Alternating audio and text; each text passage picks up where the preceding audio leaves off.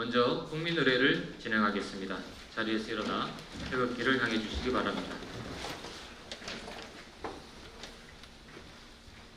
국기에 대하여 경례.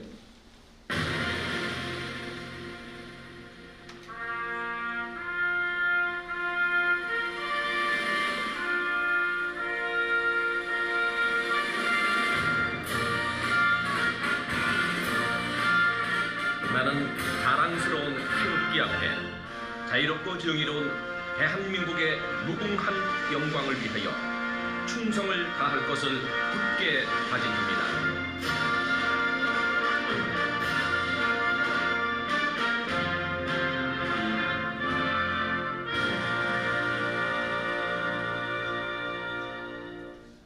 바로 예국가는 생략하겠습니다. 모두 자리에 앉아주시기 바랍니다.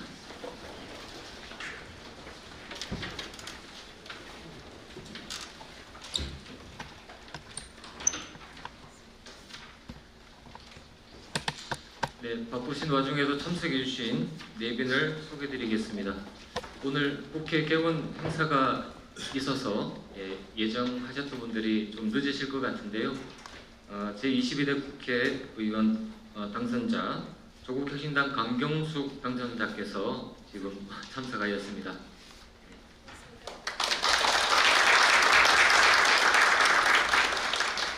다른 의원님들은 오시는 대로 소개드리겠습니다. 오늘 행사를 주최하는 한국사회복지연대 단체장을 소개드리겠습니다. 연대 상임대표를 맡고 계시는 한국사회복지협회 박일규 회장 인사드립니다. 한국가족센터협회 강현덕 회장님 오셨고요. 공동대표를 맡고 계십니다.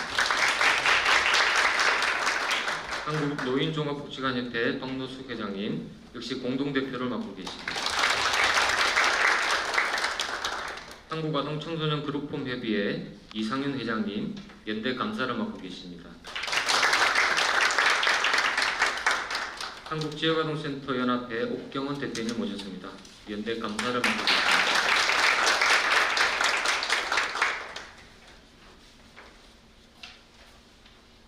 전국학대피해아동쉼터 협의회 전성원 회장님 참석하였습니다. 한국정신요양시설협회 이경주 회장님 참석하였습니다. 한국정신재활시설협회 임규설 회장님 참석하였습니다.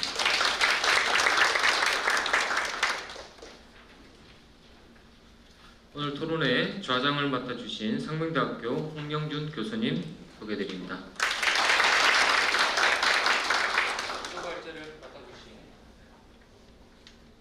기조발제를 맡아주신 동의대학교 유동철 교수님 소개드립니다. 오늘 5분의 소발제자가 계신데요. 첫 번째로 최선숙 전국지역아동센터협의회 사무총장님 참석하셨습니다. 박숙미 한국노인종합복지관협회 정책실장님 오셨습니다. 이상진 한국장애인복지관협회 사무총장님 참석하셨습니다. 박소영 한국가족센터협회 사무국장님 오셨습니다. 김진석 서울여자대학교 교수님 참석하셨습니다. 네, 다음은 한국사회복지연대 박일규 상임대표님의 개회사가 있겠습니다. 네, 한국사회복지연대 상임대표를 맡고 있는 한국사회복지사회부장 박일규입니다. 다시 한번 인사드리겠습니다.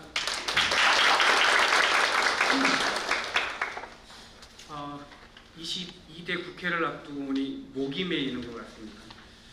과거에는 뭔가 이렇게 새롭게 바뀌고 하면은 기대와 그다음에 이런 변화에 대한 희망적인 부분들을 좀 많이 이야기를 했는데 최근에는 크게 관심이 없는 듯해서 조금 아쉽다라는 생각이 좀 들어요. 바뀌는구나 이렇게 생각을 하고 넘어갈 것 같아서 그래도 22대 국회에서는 적어도 국민들의 목소리를 겸허히 듣고 수용할 수 있는 국회가 되기를 좀 바람맞이하면서 특별히 사실은 뭐 소개를 좀 더 드리기보다는 오늘 이렇게 당선인께서 또 직접 오셨어요. 우리 강경숙 선생님께 다시 한번 감사의 박수 한번 좀 보내주시면 감사합니다. 이외에도 우리 남인순 의원님과 서영석 의원님 참석을 못하신다고 얘기를 했고요. 김윤 당선자께서도 참석하셔서 아마 여러분들께 인사를 중간에라도 드릴 것 같습니다. 진심으로 감사드리고요. 좀 전에 사회자가 우리 연대 대표님들 포함해서 소개를 다 했기 때문에 일일이 또 거론하는 거는 좀 불편할 것 같아서 소개하는 거는 좀 생략하지만 우리 사회복지연대가 적어도 복지국가 실현을 위한 그 가는 길에 아주 작은 일이라도 좀 했으면 좋겠다. 그래서 첫 번째 시작하는 게 22대 국회에 바란다. 정말 우리가 요구하는 것들이 국회에서 좀 잘 들어만 줬으면 좋겠다라는 생각이 들거든요. 그래서 국회의원이 되기까지 각 지역을 돌면서 우리 이런 거 하겠습니다라고 얘기했듯이 좀 우리의 이야기를 좀 많이 듣고 국회에서 좀 잘 했으면 좋겠다라는 생각이 듭니다. 앞에 사회자가 말씀드렸듯이 복지국가 실천연대에서 저희가 사회복지연대로 이름을 좀 바꿔서 새롭게 또 저희도 출범을 하고 있습니다. 그래서 민간의 사회복지와 관련된 모든 목소리들을 모아서 끊임없이 우리 국회의원들과 국회 상임위가 아마 개최가 되면 그때부터 시작해서 저희가 끊임없이 이야기를 할 계획입니다. 그래서 이럴 때마다 좀 여러분들이 함께 힘 모아 주시면 정말 감사드리겠고요. 특히나 우리 사회복지 현장이 전국을 다녀보면은 전국마다 받고 있는 처우나 이런 것들이 너무 다릅니다. 그래서 이런 부분들을 적어도 갖게 하고 시작하는 게 옳지 않겠나. 또 하나는 국가가 역점적으로 운영하고 있는 사회적 돌봄과 관련된 사업, 특히 노인 돌봄이라든가 장애인 일자리, 노인 일자리 이런 모든 일들에 적어도 일을 하고 있는 사람들은 비정규직이 아닌 정규직이 되어야 되는 거 아니냐라는 이야기를 하고 싶습니다. 그래서 얼마가 될지 모르겠지만 적어도 그런 일들을 통해서 국민의 복지 발전이 이루어지겠다라고 생각을 합니다. 가감없이 토론해 주시고 토론의 바탕으로 해서 우리가 국회와 함께 사회복지 정책이 복지국가로 가는 길에 디딤돌이 될 수 있도록 적극적으로 노력하도록 하겠습니다. 오늘 기조발제를 해주시는 우리 유동철 교수님은 아시다시피 부산 수영구에서 아주 열심히 해주셨습니다. 아쉽지만 한 표 차로 됐는데 그래도 큰 박수 보내주시면 감사하겠습니다. 이렇게 앞서주시는 분이 계시기에 우리도 할 수 있지 않겠나라는 생각이 들고요. 또 한 분은 저희 협회에서 열심히 또 비례로 모아서 이렇게 내보냈는데 장렬하게 우리 권영세 우리 부회장님 와 계십니다. 박수 한번 좀 보내주십시오. 앞으로 사회복지 현장에서 향후의 지방선거라든가 각종 선거에서 적극적으로 좀 나서서 우리의 목소리를 우리가 하지 않으면 누구도 대신 해주지 않는다라는 생각을 하고 있습니다. 그래서 함께 해주시기를 간절히 부탁드리고 인사 가름하겠습니다. 감사합니다. 네, 감사합니다. 온라인 실시간 중계를 준비했는데 국회 온라인 송출 문제로 지금 실시간 중계는 되지 않고 있습니다. 전 과정을 녹화해서 추후에 업로드 공유드리도록 하겠습니다. 다음은 강경숙 당선자께서 축하 말씀해 주시겠습니다. 실은 오늘 아침에 제가 원내대표단 회의가 있어서요. 좀 일찍 와가지고 여유 있게 이렇게 전광판을 봤어요. 근데 유동철 교수님이 오늘 기조발제를 하러 오신다는 말씀을 듣고 득달같이 그냥 이렇게 급하게 온 것입니다. 미리 알고 있었던 것은 아니고요. 제가 굉장히 이제 의원이 되기를 바라셨던 교수님이셨고 이제 무엇보다도 근데 제가 특수교육과 현재 그러니까 이전에 원광대학교 특수교육과 교수였거든요.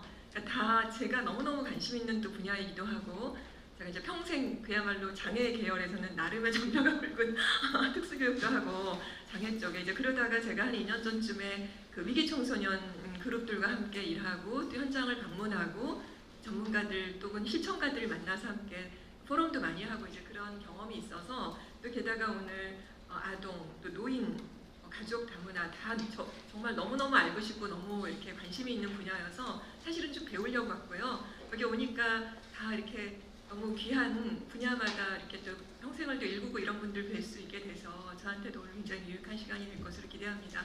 너무너무 응원하고 제가 국회에 4년 있는 동안 지금 이 분야를 다루고 계시는 이런 분야에 사회복지연대 이런 분야에 계속 관심을 갖도록 하겠습니다. 근데 제가 개인적인 말씀을 드리면 우리 당에 그 의사가 계세요. 그러니까 보건 쪽이시잖아요. 그래서 보건복지를 아마 그분이 하시게 될 것 같아서 제가 이제 아무래도 교육 쪽에 뭐 격차 해소나 불평등 해소 또 사회 이동성 지수를 조금 더 좁혀보려고 하는 그런 일들 하는데 함께 여러분과 발맞춰 노력을 할 거고요. 또 이쪽 사회 보건복지 분야가 또 상임위가 아니더라도 계속 저는 이 분야에 대한 평생의 관심과 그런 의지가 있기 때문에 여러분과 함께 동지의식을 가지고 함께 하겠습니다. 고맙습니다. 네, 감사합니다. 의원님이 오시는 대로 기조발제 이후에 또 인사드릴 수 있는 시간을 갖도록 하겠습니다. 먼저 토론회를 시작하도록 하고요. 토론회 진행은 홍영준 좌장님께서 진행해 주시겠습니다. 네, 안녕하세요. 토론회 좌장 맡은 생명대 홍영준입니다. 일단 이렇게 아직 개원 전인데 활짝 빨리 사회복지연대에서 이런 자리를 마련해 주셔서 매우 기쁘고 감사하게 생각을 합니다. 기조발제, 수발제, 질의응답까지 주어진 시간 내에서 원활하게 토론이 가능하도록 진행을 해보겠습니다. 일단은 저희가 먼저 기조발제를 들어야 되는데요. 기조발제는 아마 나가서 해주시는 걸로 알고 있습니다. 그래서 먼저 22대 국회에 말하는 사회복지정책 방향을 주제로 동의대 유동철 교수님께서 기조발제를 해주시겠습니다. 보니까 내용은 상당히 많은데 저희가 시간은 아마 20분 정도밖에 드릴 수가 없음을 양해 부탁드리겠습니다. 저희가 아마 기조발제가 끝나고 소발제 전에 예상순대 남인순 의원님이나 다른 혹시 당선인께서 오시면 간단하게 인사를 듣고 소발제로 이어가는 순서로 하겠습니다. 반갑습니다. 방금 소개받은 유동철입니다. 다시 한번 인사드리겠습니다.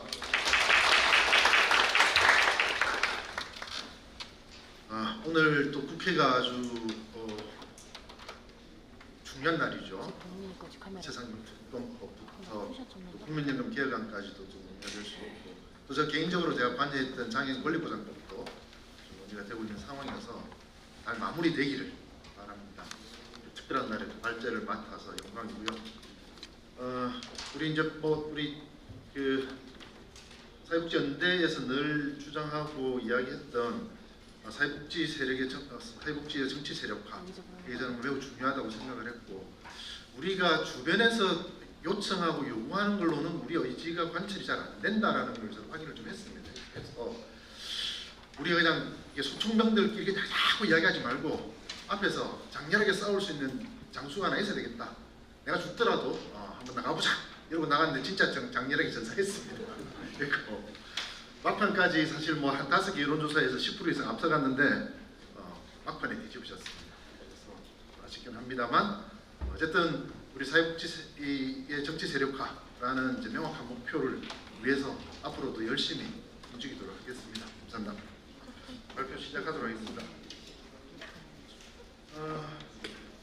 사실 22대 국회 발언 사회복지정책 방향 제가 뭐 이렇게 특별한 일 다 이야기할 만한 그런 이제 이 향을 가지고 있는 건 아닌데 제가 당선되면 하고 싶었던 것들 그런 것들 중심으로 좀 정리를 좀 했습니다. 발표하겠습니다. 어쨌든 뭐 늘 아시다시피 우리는 이제 고령화 사회에 접어들었죠. 곧 이제 초고령화 사회에 접어들게 됩니다. 그래서 생산 가능 인구는 30년 후에는 1,000만 명이 감소를 하고 노인 인구 비율이 2040년에 34%까지 증가하는. 그래서 일하는 사람들은 부족해지고 부양을 받아야 되는 사람은 많아지는 상황이다. 아시는 이야기죠. 저출산도 마찬가지입니다. 2023년에 출생아 수가 23만 5천 명인데 역대 최저 치준을 2000년에 63만 5천 명이었으니까 그러니까 절반도 안 되는 20년 만에 절반도 안 되는 상황에 처했습니다. 그리고 1인 가구와 맞벌이가 계속 증가하고 있죠. 지금 1인 가구 숫자가 4인 가구의 2배입니다. 그래서 가장 많은 인구수가 1인 가구, 그 다음에 2인 가구, 그게 3인 가구고 4인 가구예요. 그래서 4인 가구 기준으로 인구정책, 가족정책을 설계하는 것은 이제는 시대에 맞지 않는가. 그래서 1인 가구, 2인 가구 중심의 이런 이제 가구정책 또는 사회서비스 정책들이 만들어져야 된다. 그래서 기존 가족 돌봄에서 공적 돌봄으로 전환을 해야 되고 맞벌이가 좀 보편화되면서 일생활 양립과 체계적인 돌봄 서비스가 만들어질 필요가 있다고 이야기할 수 있겠습니다. 또 하나 이제 AI와 로봇이죠. 로봇은 이제 육체 노동을 대체를 할 거고 AI는 지식 노동을 이제 대체를 할 겁니다. 그래서 이 AI와 로봇이 가지고 있는 노동력의 이 부족 또는 노동력의 대출, 특정한 분야에 또 새로운 노동 분야들이 생기긴 하겠지만 어쨌든 이것도 전반적으로 노동력의 감소, 필요 노동력의 감소를 예견하고 있습니다. 또 하나는 플랫폼 노동이죠. 그래서 전통적 노사관계가 무너지기 시작을 하고 있습니다. 그래서 지역 기반 플랫폼, 웹 기반 플랫폼 이런 것들이 엄청나게 많이 이제 활성화되고 있고요. 우리나라 약 50만 명 정도가 플랫폼 노동에 이제 종사하고 있다라고 이야기를 합니다. 이제 노동자냐 자영업자냐 이런 것도 많이 이야기되고 있고 노동자를 보호하기 위한 사회보험 정책이 돼야 되냐 아니면 노동자의 지위를 인정받지 못하는 다양한 사람들을 보장할 수 있는 전국민 사회보장제도로 갈 거냐 이런 이제 이슈들을 제기해 볼 수 있을 것 같습니다. 또 하나는 이제 기후위기입니다. 사실 사회복지 영역에서 기후위기를 별로 걱정을 안 하고 이야기를 안 해봤던 것 같아요. 근데 기후위기는 우리의 당면 과제이기도 하고 가장 전 세계적으로 가장 관심을 가져야 되는 영역이 되었습니다. 그래서 지금 이제 그 기후위기 관련해서 이제 탄소세, 탄소국경세 이런 것들이 많이 이야기되고 있죠. 탄소세는 이제 핀란드가 도입한 뒤로 네덜란드, 노르웨이, 스웨덴, 덴마크, 스위스, 뭐 카나다 이런 데서 다 이제 탄소세 다 도입을 했고 EU에서도 이제 이 탄소세, 이거는 탄소국경세에 해당이 되는 겁니다. 탄소세는 자국에서 탄소 배출을 억제하기 위해서 만드는 걸 주로 탄소세라고 이야기를 하고 탄소국경세는 외국에서 수입과 수출에 관한 국경을 더 강화시키는 이제 수입된 물품이 탄소를 많이 배출하면 세금을 높이는 거예요. 그게 이제 탄소국경세인데 EU의 탄소세는 사실 지금 이제 탄소국경세에 해당이 됩니다.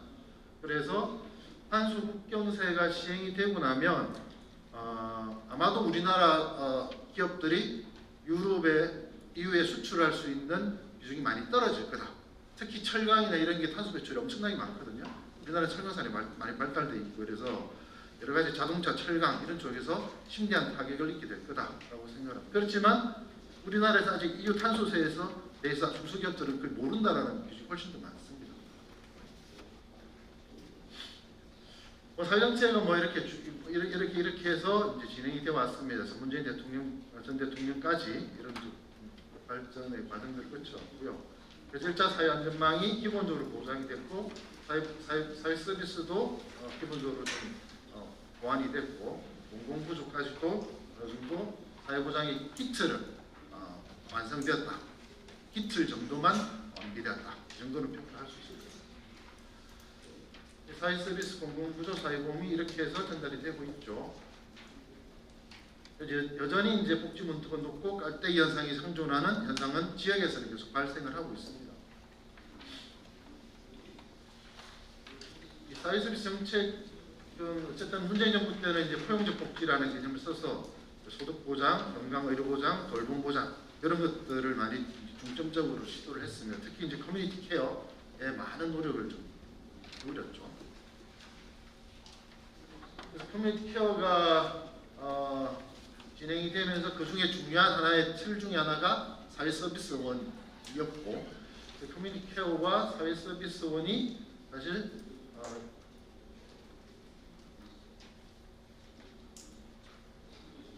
어쨌든 사회서비스는 좀 일자리 확충이라는 물론 이제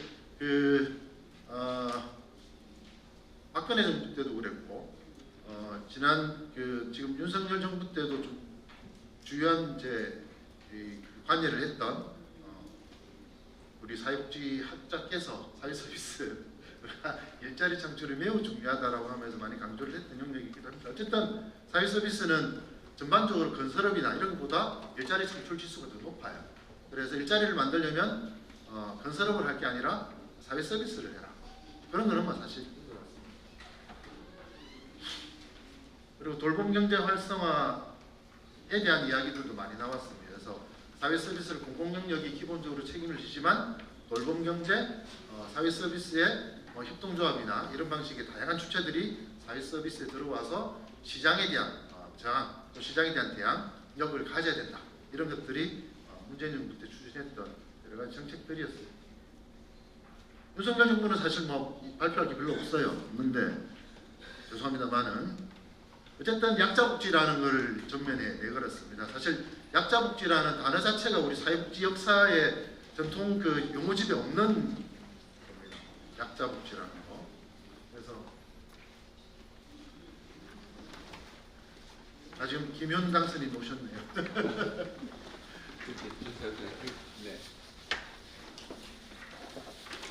그래서 보편적 복지, 문재인 정부 때 추진했던 이제 보편적 복지라는 단어를 없애고 약자복지라는 단어를 내세워서 전 국민보다는 뭐 우리 소위 말하는 이제 뭐 선별적 복지라고 했던 그 개념에 가까운 그런 개념들을 쓰고 있습니다. 쓰고 있고 서비스에 대해서는 현금 복지 대신에 서비스로 가야 된다. 여기 아까 했던 기조 중에 하나죠. 그리고 서비스를 주는데 공공복지 대신에 시장을 통해서 고도화하겠다. 사회 서비스를 고도화하겠다라는 게 윤석열 정부의 사회복지 정책의 큰 이제 방향이라고 할 수가 있겠습니다. 윤석열 정부에서 또 하나 좀 특징적인 것 중에 하나가 개인예산제인데요. 장애인 개인예산제가 국정과제에 포함이 돼서 지금 시범사업을 하고 있습니다. 7월 달부터 시범사업에 들어가게 되는데 그 개별 서비스를 서비스 기관이 제공하는 게 아니라 개인적으로 서비스를 받은 총량을 현금으로 계산을 하고 그 총량에 따라서 본인이 기본적인 범주 안에서 설계를 해서 서비스를 사용하는 방법입니다. 개인예산제가 어쨌든 뭐 유럽에서도 지금 많이 확장이 되고 있고 미국에서도 다 여러 주에서 지금 시행이 되고 있는 제도인데 일단은 장애인 중심으로 갔는데 외국에서는 장애인, 노인, 돌봄에 대해서 전반적으로 같이 적용을 하고 있거든요. 장애인 쪽에서 이게 시범 사업이 시행이 되고 나면 아마 개인예산제가 노인이나 아동은 사실은 이제 그 자기 결정권을 좀 인정받기 어려운 나이라서 노인하고 장애인 쪽은 이렇게 할 가능성이 상당히 높습니다. 그래서 2023년에 전국에 시범 사업이 예정이고 또 서울에서도 시범 사업을 하고 있습니다. 지금 24년에 이제 시범 사업, 저거는 이제 모의 실증 사업 23년에는 그렇게 했고 24년에 시범 사업 예정이 되어 있습니다. 그리고 이 개인예산제가 되면 사실 이제 민간 영역을 통한 경쟁이 심화될 거다라는 우려들이 있고요. 그다음에 장애인 영역을 넘어서 돌봄 영역 전체로 확장될 가능성이 있다. 그리고 이 개인이 스스로 이렇게 모든 걸 이제 이 매니지하기가 좀 어렵기 때문에 매니지를 도와줄 수 있는 중개기관의 역할이 중요해질 거다. 이런 논의들이 좀 있습니다. 그래서 사회복지 현장에서 개인예산제를 어떻게 받아들이고 갈 것인가에 대한 좀 준비가 필요하지 않은가라고 생각을 합니다. 이제 22대 국회에 반한다. 이제 10분 동안 하면 되거든요. 일단 기본적으로 우리가 사회보장의 기본 틀은 이제 완성되었다고 생각을 합니다. 그래서 일단은 제일 중요한 게 소득보장의 체계화 그리고 소득보장을 내실화하는 게 1차적인 과제인 것 같습니다. 그래서 부양의무제 완전 폐지하는 거. 문재인 정부 때 부양의무제를 완화를 했지만 여전히 이제 생계급여에 기본적으로 막 1억이라는 생계급여에 부양의무제 기준이 걸려 있고 의료급여 쪽에는 여전히 이제 부양의무제가 남아 있습니다. 그래서 부양의무제를 완전 폐지해야 된다. 아까 말씀드린 것처럼 이제는 1인 가구 중심이에요.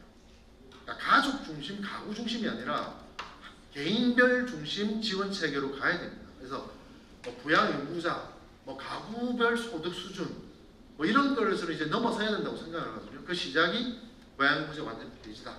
고양부제 완전 폐지할 수 있도록 가야 된다고 생각을 하고요. 그다음 고용이 아닌 소득 중심 소득 보장 체계로 가자. 아까 말씀드린 것처럼 플랫폼 노동이나 여러 가지 이제 또 비중계주의, 그다음에 뭐 이런 AI 노동이 AI가 이게 노동력을 또 대체하고 로봇이 뭐 그런 시대를 올 거기 때문에 고용되면 소득 보장 받고 고용 안 되면 안 받고 이런 게 아니라 그냥 소득이 어느 정도 수준이냐에 따라서 서비스를 받을 수 있는 그런 시스템을 좀 전환할 필요가 있다고 생각합니다. 그리고 더 내고 더 받는 국민연금 계획은 사실은 22대에서 할 게 아니라 21대에서 해야 되는 과제죠. 사실 뭐 거의 다 합의됐잖아요. 보험료를 13%까지 올리고 그 다음에 민주당에서 44%까지 이제 소득 대출을 받아들이겠다. 다 합의가 됐어요. 근데 갑자기 구조개혁이라는 걸 또 꺼내들면서 모수개혁을 중심으로 가기로 했던 또 합의들을 또 뒤집어 엎어서 22대 국회로 넘겨버리는 22대 국회 가면 제가 보기에는 어려울 것 같아요.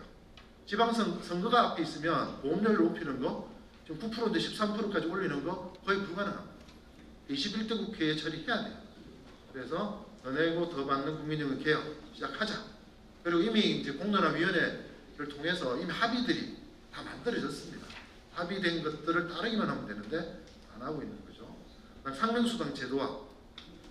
보통 이제 건강보험에서 기본적으로 필요한 게 의료 서비스와 상명수당이죠. 근데 상명수당은 도입하자는 논의가 계속 있었지만 계속 미루고 있었고 지금 그 3차 시범 사업에 들어가게 될 겁니다.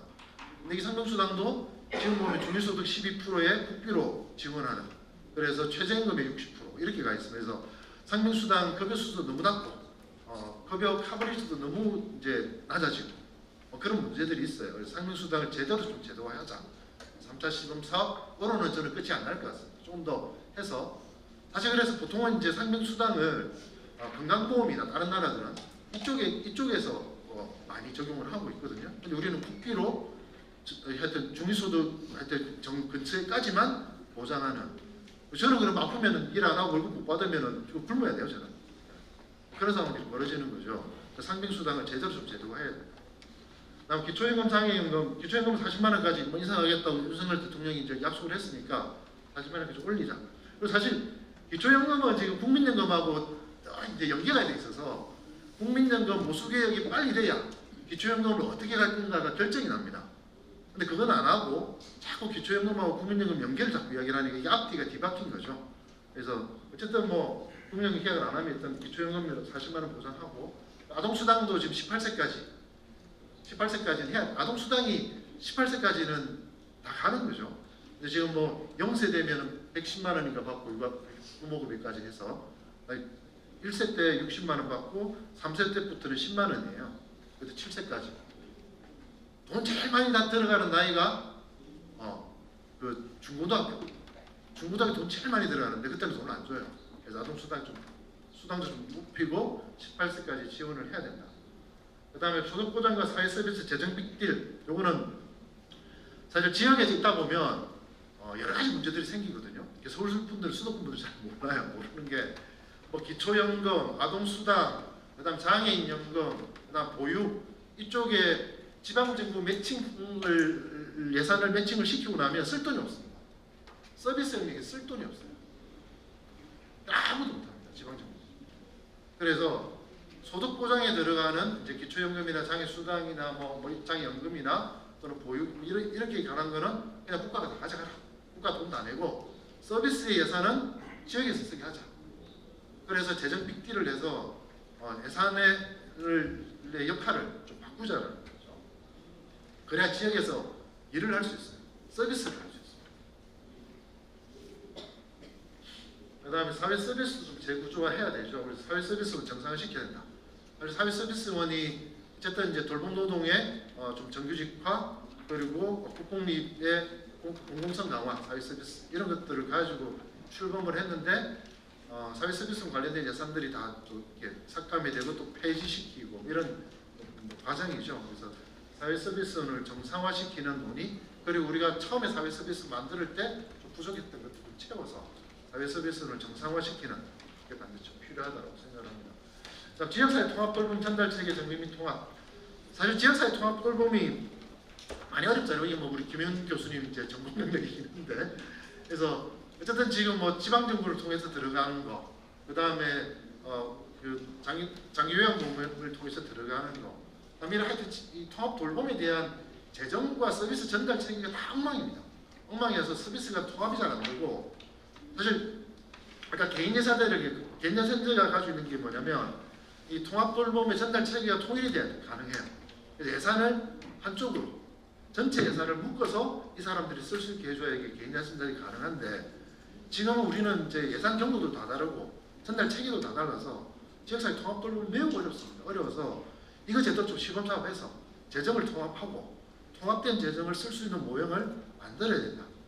그건 뭐 김현 교수님께서 만들어 주실 거라고 생각을 합니다. 그다음 또 하나는 이제 사회적 경제 조직의 참여를 좀 확대를 하자. 이게 국가가 할 수 있는 역할이 있고 또 민간이 할 수 있는 역할들이 있는데 특히 민간에서 지금 이제 사실 그 사회 서비스 영역 안에 지금 거대 자본들이 또 대자본들이 들어오기 시작을 하잖아요. 특히 또 플랫폼을 통해서 또 들어오고 있습니다. 들어오고 있어서 이대로 놔두면 진짜 이게 거대 자본이 돌봄 서비스 영역까지 잠식할 가능성이 매우 높습니다. 그래서 민간이 필요하되 좀 기민하게 대응하고 욕구에 긴밀하게 대응할 수 있는 민간의 참여를 확대시키되 사회적 경제 영역에서 그 역할을 하도록 하자. 그래서 사회적 영역에서 협동조합이나 또는 뭐 여러 가지 법인들 이런 부분들이 제대로 좀 참여할 수 있도록 해야 된다라는 게 이거는 상교수님 죄송합니다. 또 나왔네요.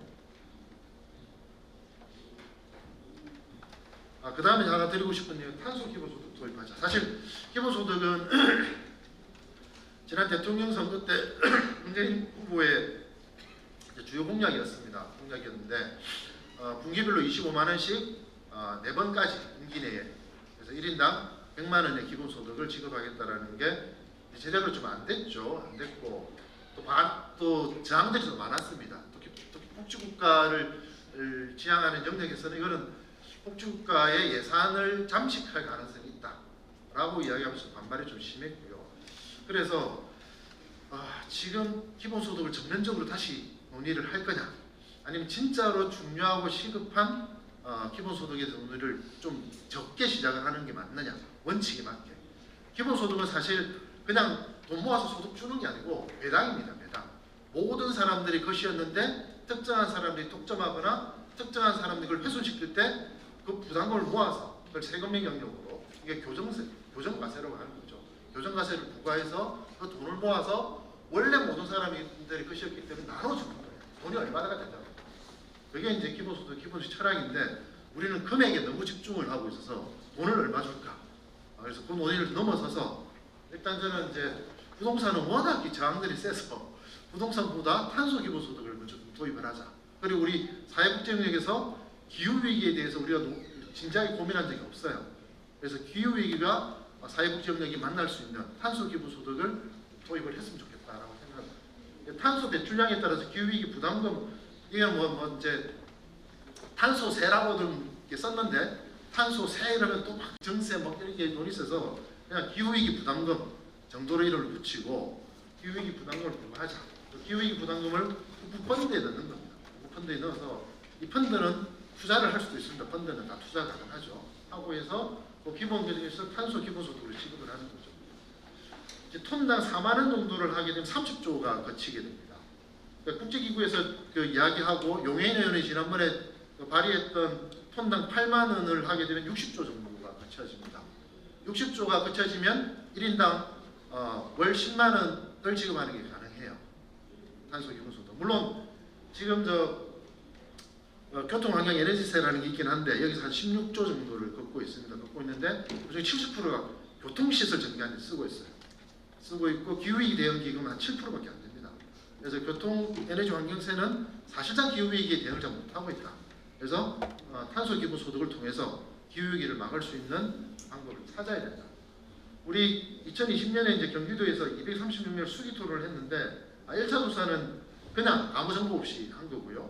그때 되면 매우 찬성한다 25%, 대체로 찬성한다 33%고 2차 조사에서는 이제 정보를 제공하고 찬성하냐 물어봤더니 18%, 50%로 확정이 됐고 그 다음에 수기 토론 진짜 이제 정보를 받고 토론을 다 하고 전문가들 의견도 듣고 그러고 난 다음 조사했더니 37%, 45% 거의 80% 이상이 찬성을 하는 결과가 나왔습니다. 어쨌든 이 톤당 40만 원 내지 톤당 80만 원 이렇게 사이에서 탄소 기본소득을 도입을 하자. 탄소 기본소득 기후위기에 대해서 공감대가 상당히 높기 때문에 기후위기에 가장 적절하게 시장 친화적이면서도 환경을 보호할 수 있는 방법이 탄소 기본소득이라고 생각을 합니다. 그래서 부동산 우리 저 종합부동산세 워낙 이게 사실 종합부동산세 내는 사람도 별로 없는데 종합부동산세 때문에 민주당이 계속 표를 못 받아요. 그래서 워낙 그 심각한 이제 저항들이 좀 있는 거라서 일단 탄소 기본소득부터 시작을 하면 좋겠다고 생각합니다.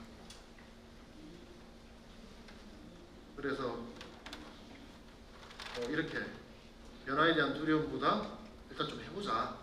그리고 우리 강용석 당선인, 우리 김현 당선인께서 좀 열심히 제대로 해주실 거라 믿습니다. 네, 20분 됐습니다. 제가 마치도록 하겠습니다. 감사합니다.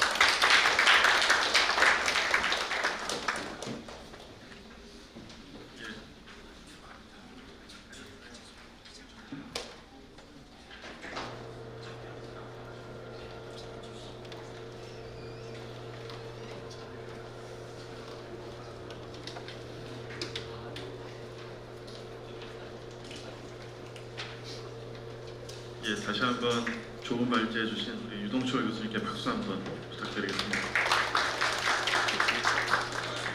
예, 발제 내용 자체가 지금 저희 전체적으로 돌아가는 사회환경 변화를 먼저 짚어주셨고 문재인 정부부터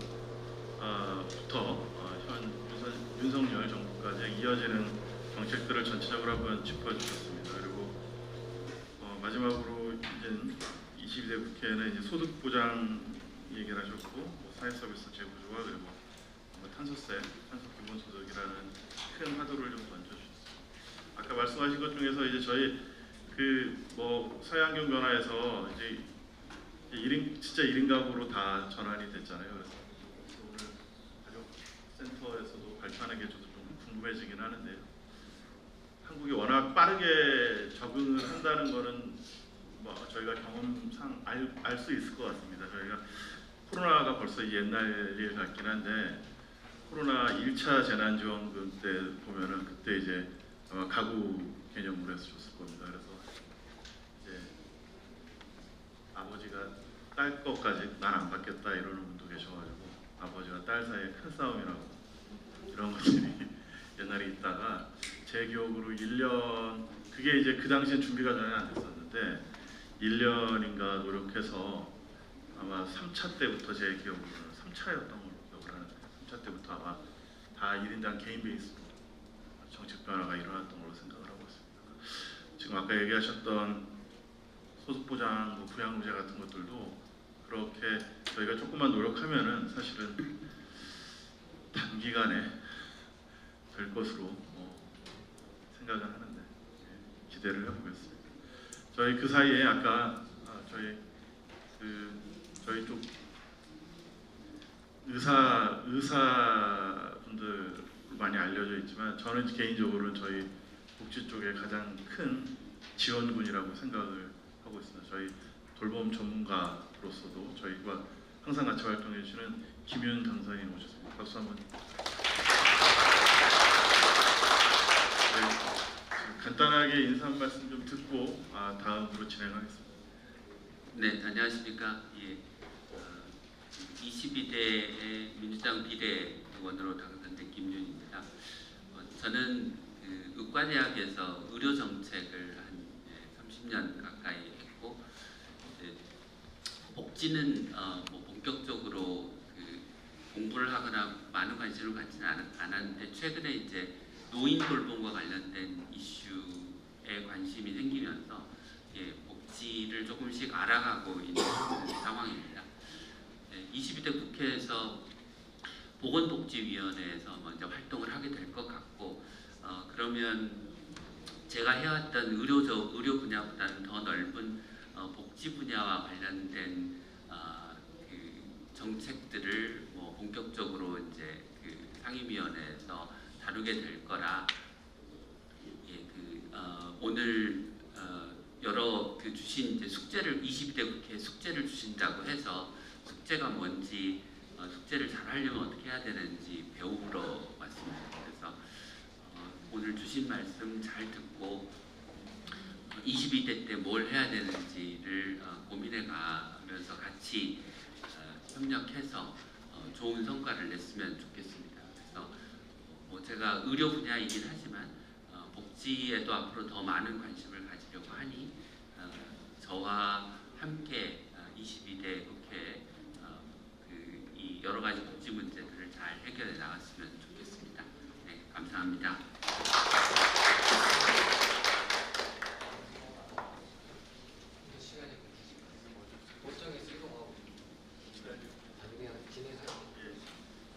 저희가 남인순 의원님 시간이 딱 맞지는 않는 것 같아서요. 먼저 후발제를 시작을 하도록 하겠습니다. 후발제는 순서는 그 자료집에 나와 있는 그 순서대로 가겠습니다.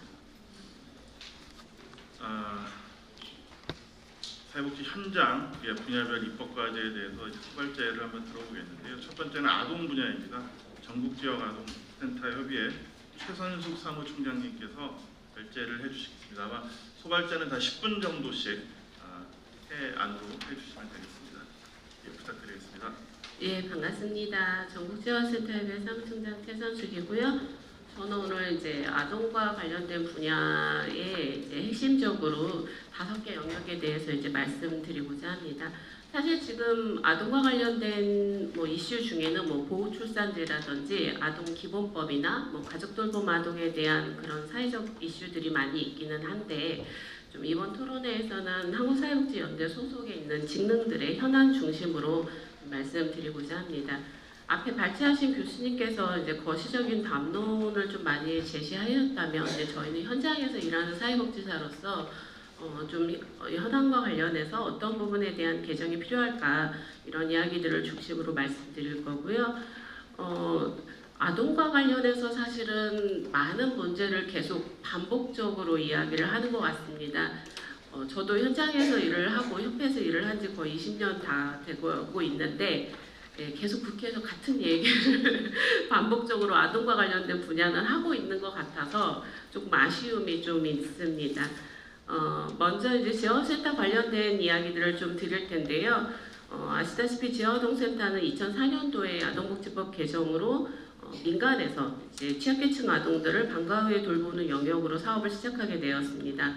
지금 이제 제도화된 지는 20년 되었고요. 그런데 지금 20년이 된 지금은 사회적 환경이나 아동 돌봄에 관련된 많은 변화들이 있음에도 불구하고 법제와 당시에 있었던 종사자의 명칭이나 시설에 대한 법적 정의 그리고 이용아동 기준 역시 여전히 취약계층 아동에만 집중되어 있어서 보편적 돌봄 서비스를 제공하는 데 충분한 좀 한계를 가지고 있습니다. 그리고 최근에 코로나라든지 아동 안전과 관련된 사회적 이슈가 계속 증가함에도 불구하고 아동 정원이나 종사자 배치 기준들이 크게 변하지 않고 20년째 계속 같은 상황이다 보니 지금과 같은 저출산 시대에 아동들을 잘 낳아서 키우는 문제 이런 부분들이 아동의 시설을 어떻게 변화할 수 있을까 하는 것들에 대한 좀 고민을 갖게 되고요. 또 하나 최근에 뭐 늘봄학교라든지 뭐 긴급 돌봄, 24시간 돌봄, 일시 돌봄 이런 것들이 지역형 돌봄이 계속 확대되고 있는데 이러한 속에서 이제 지역아동센터가 향후에 어떤 역할을 가져가고 해야 할지 이런 부분에 대한 이제 아동복지법 개정 연구가 좀 필요하고요. 관련된 법안 개정이 좀 필요한 상황입니다. 그리고 또 최근에 지역아동센터 이용하는 아동 중에 다문화 경계선 발달장애 아동, ADHD 아동들이 계속 늘어나고 있는데 이 아동에게는 조금 더 체계적이고 전문적인 서비스가 필요함에도 불구하고 그러한 부분들이 제공되고 있지 못하는 상황이고요. 농어촌 같은 경우에는 아동인구 감소가 좀 많이 이루어지고 있는데 지역적 인프라가 많이 부족하기 때문에 이런 부분을 함께 다루는 농어촌 특별아동 지원에 관련된 법들 이런 것들이 사회적 논의가 좀 필요할 것 같습니다. 두 번째 영역으로는 아동학대와 관련된 이야기를 좀 드릴 건데요. 아동학대와 관련된 이슈는 매년 반복적으로 제기되고 있는 것 같습니다. 지금 현재 아동보호 전문기관이 993개소인데 한 120개까지는 좀 확대가 돼야 아동보호 전문기관이 사회적으로 아동학대를 예방하고 또 고위험군 아동에 대한 사례 관리를 담당할 수 있는 부분에 대한 사회적 역할을 좀 할 수 있을 걸로 기대됩니다.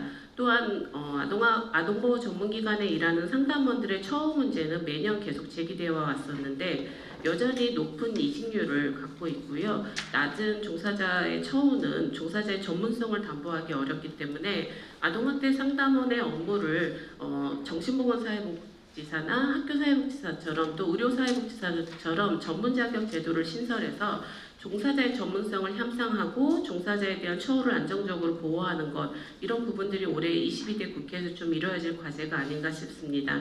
또한 현재 아동보호 전문기관 상담원들이 거의 1인당 64케이스를 담당하고 있는데 아동보호 정책 기본계획에서 32케이스까지 낮추겠다라고는 했는데 실질적으로 여전히 64케이스를 유지하고 있기 때문에 아동학대 사례가 점점 심각해짐에도 불구하고 심층 사례 관리가 좀 되고 있지 않아 한계를 여전히 갖고 있습니다. 또 하나 지금 아동학대 범죄에 관한 특별법에 의거해서 26개 신고 의무자 직군에 44만 명이 약 아동학대 신고 의무 교육을 들음에도 불구하고 의무 교육과 관련된 내용이 체계적이지 못하다 보니 매년 반복적으로 온라인이나 자체 교육을 진행하고 있는 상황입니다. 아동학대는 예방이 더 중요하기 때문에 예방을 위한 체계를 준비해가는 것, 그런 부분들이 더 22대 국회에서 다뤄져야 할 사항이 아닌가 싶습니다. 세 번째로는 가정위탁 아동에 대한 말씀을 좀 드릴 건데요. 현재 가정위탁 아동은 7,500세대에 9,300명의 아동들이 지금 현재 위탁보호를 받고 있습니다. 그런데 지금 가정위탁을 좀 사회적으로 확대하기 위해서는 양육보조금이 좀 많이 부족한 상황이고 위탁가정에 대한 사회적 인식이 아직 부족한 상황이기 때문에 현재 아동학대와 관련된 홍보를 실시할 수 있도록 되어 있는 아동복지법을 가정위탁과 관련된 홍보도 함께 진행하는 것으로 개정을 하는 방향은 어떨까 싶습니다. 그리고 친인척 외 일반 가정위탁 아동에 대한 양육보조금을 실질적으로 아동 양육이 가능하도록 아동의 연령에 맞춤형 예산을 지원하는 방안들, 이런 것들이 좀 필요하고요. 가정위탁 부모들이 아이들을 양육하는 데 있어서 생기는 스트레스라든지 그 다음에 일시적으로 휴가를 갈 수 없는 부분들, 이런 것들에 대한 지원을 좀 체계적으로 만들어가는 것, 이런 부분들이 좀 필요하지 않을까 싶습니다. 네 번째로는 학대 피해 아동 쉼터에 관련된 좀 말씀을 드릴 건데요. 지난 23년 7월 내에 아동복지법이 개정되면서 학대 피해 아동 쉼터가 아동복지 시설의 한 종류로 되었습니다. 현재 학대 피해 아동 쉼터가 145개소 정도 있는데 아직 하위 법령이 같이 개정이 되지 않다 보니 현재 아동 일시보호 시설과 기능이나 역할에 관련된 구분이 좀 명확하지 않은 부분들이 좀 있습니다. 그리고 지금 어린이 통학버스를 학대 피해 아동 쉼터도 대상이 되다 보니 운영을 하고 있는데 실제 아동보호 전문기관 같은 경우에는 아이들의 낙인감 예방이라든지 안전한 보호를 위해 어린이 통학버스 운영에 제외 규정을 두고 있음에도 불구하고 학대 피해 아동 쉼터는 관련된 법적 조항을 받고 있지 못하다 보니 학대 피해 아동에 대한 노출이 좀 우려가 있는 상황입니다. 또 하나 학대 피해 아동 쉼터에 있는 아동들에 대한 미성년 후견법이 현재 개정이 되어 있지 않아서 지금 아동들이 시설에서 보호받고 있으나 아동 보호에 필요한 미성년 후견에 관련된 법령에 대한 부분이 개정이 학대 피해 아동 쉼터까지 포함되어야 할 것으로 됩니다. 그리고 학대 피해 아동 쉼터와 일시보호 시설의 기능이나 역할, 보호기간, 보호사업의 내용 등에 관련된 연구를 통해서 관련 법령들을 좀 정비할 필요가 있습니다. 마지막으로 아동 공동생활 가정과 관련된 이야기인데요. 아동 그룹홈 역시 공동생활 가정도 제도화된 지 20년이 되었습니다. 현재 한 520개소의 아동 2,600명이 보호되고 있는데요. 아동 1인당 지금 정부에서 지원되고 있는 수급비나 운영비가 좀 아이들의 연령이나 심리정서 교육 문화 활동을 다양하게 지원할 수 있도록 좀 개편되어야 하지 않을까 싶습니다. 현재는 운영비가 지금 시설당 47만 원 지원되고 있고 아동 같은 경우는 국민기초생활수급자로서 개인 수급을 지금 받고 있습니다. 이번 정부에서뿐만 아니라 과거 정부에서 계속 지금 보호아동에 관련돼서 가정형 보호에 대해서 전환을 계속 로드맵을 마련하고 있음에도 불구하고 여전히 가정형 보호에 필요한 설치 기준이라든지 종사자의 배치 기준, 운영 기준, 관리 기준 같은 것들이 현재 그 법을 따라 그 전환을 위한 로드맵에 좀 부족한 상황입니다. 그래서 지역법 내에 공동생활가정지원센터 및 시도 공동생활가정지원센터를 설치할 수 있도록 아동공동생활가정지원법을 새롭게 개정하여 아동 그룹홈 내에 있는 아동들에 대한 종사자 교육, 상담 치료 등 다양한 프로그램 등의 내용들이 지원되고 자립 지원이 가능할 수 있도록 하는 체계화가 필요할 것 같습니다. 이상으로 좀 아동과 관련된 영역 5가지 그 사안에 대해서 좀 말씀을 드렸는데요.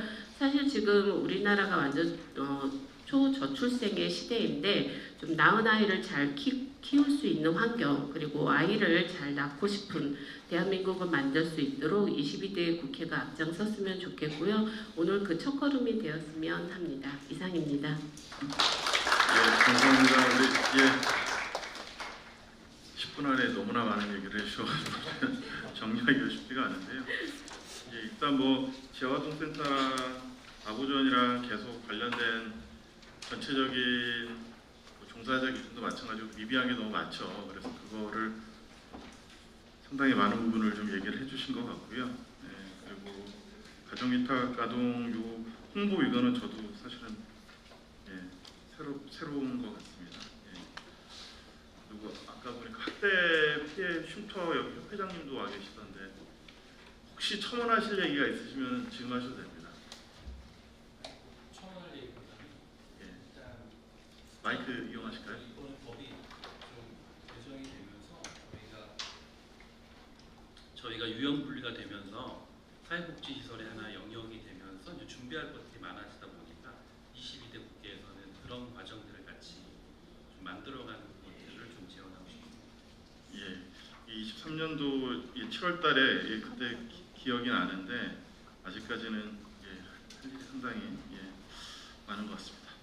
자, 첫 번째 소갈제 잘 들었고요. 그 사이에 저희 남인순 의원 모셨습니다. 이번에 여러분도 아시다시피 무려 4선을 저희 쪽에 가장 든든한 지원 구도로 알고 있습니다. 간단하게 인사 말씀 좀 부탁드리겠습니다. 네, 반갑습니다. 네, 오늘 이제 21대 국회가 이틀밖에 남지 않은 22대를 준비해야 되는 그런 순간에 여러분들이 아주 중요한 토론회를 마련해 주신 것 같습니다. 저도 이제 12년 동안 보건복지에서 일을 했었기 때문에 지금 한 번 한 번 말씀하시는 그 발제 내용에 너무나 공감을 많이 하면서 일을 다 많이 못했구나 이런 또 반성도 하면서 했습니다. 그래서 특히 이제 윤석열 정부 들어와서 어떤 사회 서비스 전달 체계 부분에 있어서의 어떤 많은 문제들이 발생을 하고 있고 특히 사회 서비스원 후퇴가 이제 거의 말살 수준으로 지금 가고 있는데요. 아까 잠시 좀 이렇게 여기 계신 분들 발제 내용과 이런 발표를 이렇게 보면서 제 나름대로 어쨌든 사회 서비스 어떤 전달 체계의 어떤 좀 혁신을 할 수 있는 그런 공공성을 좀 강화하는 부분으로 시작을 했던 부분인데 이렇게 정권 바뀐다고 법이 되어 있는 거를 법으로 있는 거를 이렇게 뒤집는 거를 보면서 앞으로 어떻게 해야 되나 막 이런 사실 이제 걱정이 많이 들었습니다. 이제 저희가 더 이거를 제대로 해야 된다는 생각이 들었고 또 그거에 대해 관련한 개정안도 제가 준비를 하고 있는데요. 결국은 어쨌든 여기 계신 일하시는 분들 또 국민들의 어떤 사회 서비스 전달 체계보다 공공성을 강화해야 된다라고 하는 것에 대한 뭐라 그럴까 어떤 공론과 이런 참여가 돼야 되지 않나. 왜냐하면 사회 서비스원을 할 때 또 여러 가지 의견들이 또 사회복지계 내에서도 좀 있었기 때문에 그런 부분들이 좀 이 사회 서비스를 지켜나가는 데 있어서의 좀 든든하지 못했던 부분에 요인으로 작용하지 않았나 이런 생각도 제가 잠깐 해봤습니다. 그래서 이후에 이것을 좀 더 강화시켜 나갈 때는 뭐 학계든 현장이든 국회는 좀 같이 좀 더 논의를 해서 얘기를 좀 더 강화를 시켜 나가는 어떤 그런 제도 개선을 이루어야 되지 않을까 그런 부분에 또 역할을 해내겠다 이런 생각을 해봤습니다. 오늘 이게 준비해 주신 사용서버님은 아마 보건복지원에 계속 계신 것 같아요. 우리 의원님과 또 우리 김유연 당선인 모셨고 이번에 아마 저는 이제 보건복지원회를 신청하지는 않았습니다. 그렇지만 이제 앞에서 말씀해 주신 대로 이제 사선원이 됐으니까 어떤 분야든지 또 같이 함께 하시는 부분이 있어서요. 또 제가 또 사회복지사 출신이기 때문에 항상 사회복지계에서 일하시는 분들의 전체적인 권리 보장 내지는 처우 개선에 대해서도 인권 보장에 대해서도 많은 관심을 갖고 있다 그런 말씀드리면서 저희 이사발을 대신하도록 하겠습니다. 고맙습니다. 네, 다시 한번 남인순 의원님 큰 박수 한번 주시죠.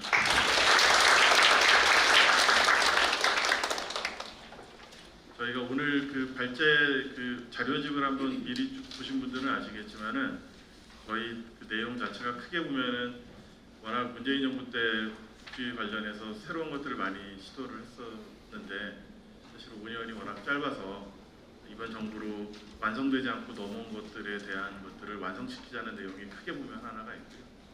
그리고 이제 이번 정부에서는 사실 뭐 이렇게 약간 쉬어가는 시기라고 할 정도로 새로운 것들이 없어서 그런 오히려 그것에 지금 우리 남인순 의원님 말씀하신 것처럼 오히려 후퇴가 되고 퇴행 수준을 넘어서 말살이라는 표현을 쓰셨는데 그런 내용들까지 다들 담겨 있는 것 같습니다. 그래서 오늘 전체적으로 저희가 좀 모여서 쭉 한번 이렇게 살펴보는 것 자체가 시작되기 전에 쭉 한번 살펴보는 것 자체가 되게 큰 의미가 있고 큰 학습이 되는 것 같습니다.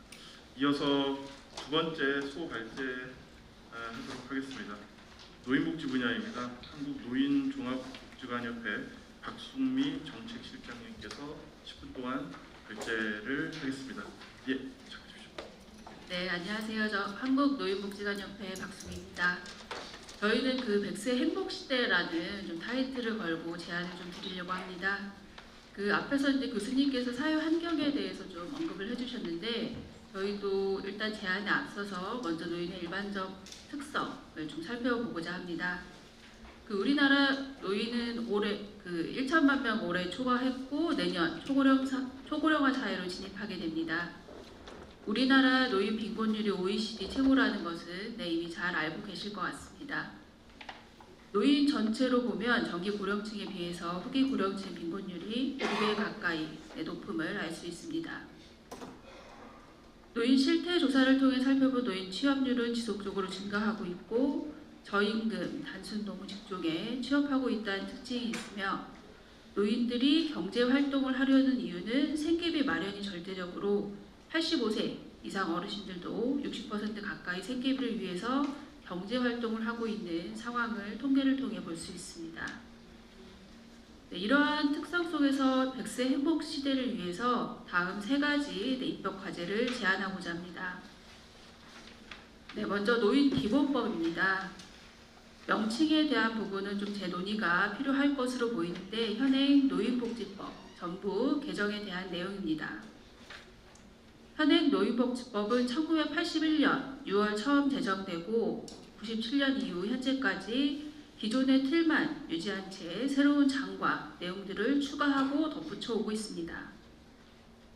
현행 법령은 노인을 보호 대상으로 간주하는 자녀적 복지 이념에 기반해서 주로 취약계층 노인을 대상으로 각종 복지 정책, 근거 법률로 기능해 왔기 때문에 핵가족화나 저출생, 사회 변화에 따른 효과적 대처는 한계가 있다고 봅니다.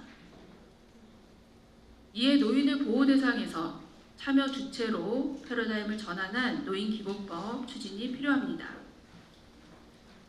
노인복지법 전부 개정안은 20대, 21대 국회에서 모두 발의된 바가 있었습니다. 특히 2019년에는 보건복지부 주도 하에 학계와 관련 협회 등으로 구성된 노인복지법 전부 개정을 위한 분과에서 전부 개정안을 마련한 바 있었습니다.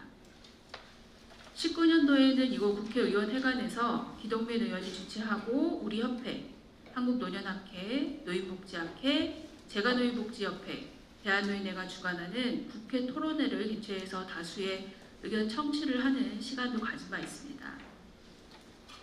그러나 이후에 후속이 진행되지 않고 20대 국회 임기 만료로 폐기된 바 있습니다. 이후에 20년 21대 국회 국회가 시작함과 동시에 다시 한번 재발의되었지만 현재까지 계류 중으로 임기 만료 폐기를 앞두고 있습니다. 노인복지법 전부 개정안을 통해서 다음의 내용을 담고자 합니다. 먼저 노인 자기결정권과 자기 선택권을 강조하고 빈곤한 노인의 소득 보장과 국가나 지자체의 경제적 지원 관련 조항 신설에 관한 사항입니다. 또 현행 노인복지법 목적이 노인의 질병 예방과 생활 안정을 위한 조치로 범위를 확대하고 노인의 ARP 실현을 위해 노년기 삶의 질, 지역 간 격차 완화를 통한 환경 개선, 의료 및 돌봄 서비스 이용 접근성, 격차 완화가 필요합니다. 이와 함께 다양한 서비스를 종합적으로 제공하는 노인복지시설의 현재 기능을 반영하고 그에 따른 인력 현실화도 포함돼야 할 것입니다. 다음으로 제안하는 내용은 사회참여 활성화 지원에 관한 법률입니다. 본 법안은 고령사회 선제적 대응과 생산적이고 활동적인 노후를 영위할 수 있도록 노인 일자리, 자원봉사, 여가 등 노인 사회 참여를 활성화하고 노인의 경험과 전문성이 사회 경제 전반에 적극 활용될 수 있도록 제도적 기반이 마련돼야 한다는 취지의 입법입니다. 이 법안 역시 과거에 이제 발의된 바가 있었고 임기 만료로 폐기되었습니다. 지난해에는 노인 일자리 및 사회활동 지원에 관한 법률이 제정돼서 오는 11월 시행을 앞두고 있습니다. 제안하는 사회참여 활성화 지원에 관한 법률은 노인 일자리와 봉사 성격의 노인 사회활동을 넘어서 노인의 다양한 사회참여 욕구에 부응할 수 있는 사업의 개발과 보급, 노인의 전문 지식과 경험을 활용할 수 있는 사회적 환경을 조성하도록 하는 내용이 핵심입니다. 이 법안에서는 노인 사회참여 활성화 및 지원에 대한 기본 계획, 시행계획 수립, 실태조사 실시, 지역사회에 참여하고 기여하는 노인 역할 강조, 디지털 격차 해소 방안 마련, 인식 개선, 여가활동 지원 등의 내용이 포함되어야 할 것입니다. 마지막으로 제안하는 법령은 웰다인 기본법입니다. 웰다인 기본법 역시 2019년, 2023년 두 차례에 걸쳐서 발의된 바 있습니다. 이 법안은 노인 세대뿐만 아니라 전 세대에 걸쳐서 삶의 존엄한 마무리를 위해 웰다인과 관련된 여러 분야를 종합적으로 고려하고 국민들이 존엄하고 품위 있게 삶을 마무리할 수 있도록 우리 사회의 웰다인 문화를 정착시키고 확대시키고자 하는 내용을 담고 있습니다.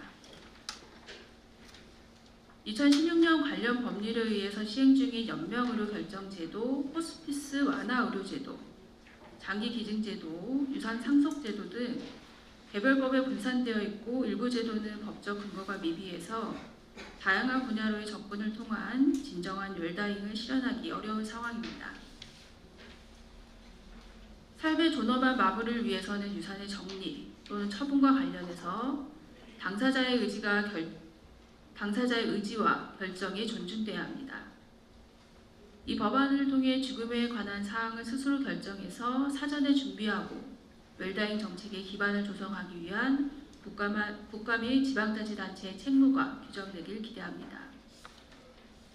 또 웰다잉 정책의 기본 방향, 기반 조성, 전문 인력 양성 등 웰다잉 종합계획 수립과 시행을 통해 종합적이고 체계적인 정책이 마련되어야겠습니다. 우리 협회는 22대 국회의원 선거에 앞서서 12가지 정책을 전국 노인복지관을 통해서 국회의원 후보자들에게 전달한 바 있습니다. 그리고 선거가 종료된 후에 비례대표를 제외한 국회의원 당선자 254명에 대한 선거 공약을 분석하였습니다. 분석 결과 전체 공약 14,113건 중에 노인 공약은 845건, 전체의 6%에 불과했습니다. 여기는 협회에서 제안한 정책이 이제 일부 포함되기도 했지만 주 5일 점심 제공이나 요양병원 간병비 건강보험 적용 등 중앙당 공약을 그대로 채택한 경우가 많았습니다. 물론 선심성 공약도 다수 있음을 확인했습니다. 향후 보다 세분화된 분석을 진행할 예정이고 공약에 대한 이행 여부도 꾸준히 모니터링해 나갈 예정입니다. 그리고 지난 4월 24일 날 우리 협회를 실무단체로 하고 한국노년학회, 한국노인복지학회, 한국노인인력개발원, 한국자활복지개발원이 공동대표단체로 참여하는 100세 행복포럼 창립식이 있었습니다. 100세 행복포럼은 학술 연구 및 정책 개발, 새로운 노인상에 대한 사회변화 흐름을 주도하는 정책을 목적으로 학계와 연구기관, 협회가 함께하는 협의체입니다. 22대 국회와 파트너로서 역할을 톡톡히 해나갈 것으로 기대합니다. 저희가 이번 자료를 준비하면서는 사실 이제 조금 어떻게 보면 협회 중심으로 그동안 이제 진행했었던 내용들을 좀 주로 담았는데 향후에는 이제 다수 단체들과 함께 100세 행복 시대를 위한 활동을 지속적으로 추진해 나가겠습니다. 네, 감사합니다. 네, 감사합니다. 좋은 발제 감사합니다. 자료 발제를 듣다 보니까 세 가지 다 이제 시도를 하셨다가 잘 안 됐던 노인기본법 그리고 아까 얘기했던 사회 참여 활성화 관련된 법률 웰다잉 다 지금 시적으로 너무나 중요한 그렇습니다. 알고는 있었는데 글자로 보니까 다시 좀 무섭다는 생각을 했던 게 저도 이렇게 강의하면서 벌써 이렇게 10년 넘게 25년도면 초고령화 사회가 된다 막 이렇게 얘기했는데 그게 벌써 내년이네요 이제. 그죠? 네. 그리고 이번에 이런 선거 때 공약을 보면은 사실은 큰 틀에서 나온 공약은 별로 없었던 것 같습니다. 아까 얘기하셨던 대로 이렇게 5일 교식 같은 거, 점심 같은 거 이런 것들로만 계속 이렇게 되고 그나마 얘기가 나왔던 게 좀 간병비, 요양병원 간병비 사실은 요양병원보다 더 중요한 게 있음에도 불구하고 이 기본 크게 좀 세 가지 법률 입법 과제를 얘기하셨는데 22대 통과되기를 기대하겠습니다. 다음입니다. 다음은 장애인 분야입니다. 한국장애인복지관협회 이상진 사무총장님께서 발제해 주시겠습니다. 또 시간은 똑같이 10분입니다. 네, 소개받은 한국장애인복지관협회 사무총장 이상진입니다. 장애인 분야의 입법 과제는 다양하고 많습니다. 그 가운데 저희는 장애인복지관협회하고 정신재활시설협회 그리고 정신요양시설협회 세 개 단체가 연대해서 5개의 입법 과제를 제안을 했기 때문에 이 부분을 중심으로 해서 발표를 드리도록 하겠습니다. 첫 번째입니다. 장애인복지법 개정을 통한 장애인 당사자 중심 서비스 지원 및 지역사회 장애인 서비스 책임과 역할 수행과 관련된 부분입니다. 이 부분들은 장애인복지관이 민간 전달 체계에서 대표적인 역할 수행과 관련된 부분인데요. 최근에 장애인복지 환경은 지역사회 중심, 이용자의 중심, 그다음에 권익공호적 관점에서 여러 가지 사업들이 이루어지고 있고 관심이 향상되고 있습니다. 특히 장애인복지관의 기능과 역할 변화에 대해서는 2016년부터 꾸준하게 연구가 돼서 개별 복지관에 맞게 서비스가 좀 유연하게 적용될 수 있도록 2023년 보건복지부 장애인복지 사업 안내에 서비스 구성이라든지 조합을 수락한 바가 있습니다. 최근 또 체중증 발달장애인 통합 돌봄 방법이라든지 장애인 개인 예산제 사업과 관련해서도 장애인복지관의 참여 부분들이 또 강조가 되고 있습니다. 이러한 측면에서 장애인복지관 역할 혁신 필요성이 대두되고 있는데요.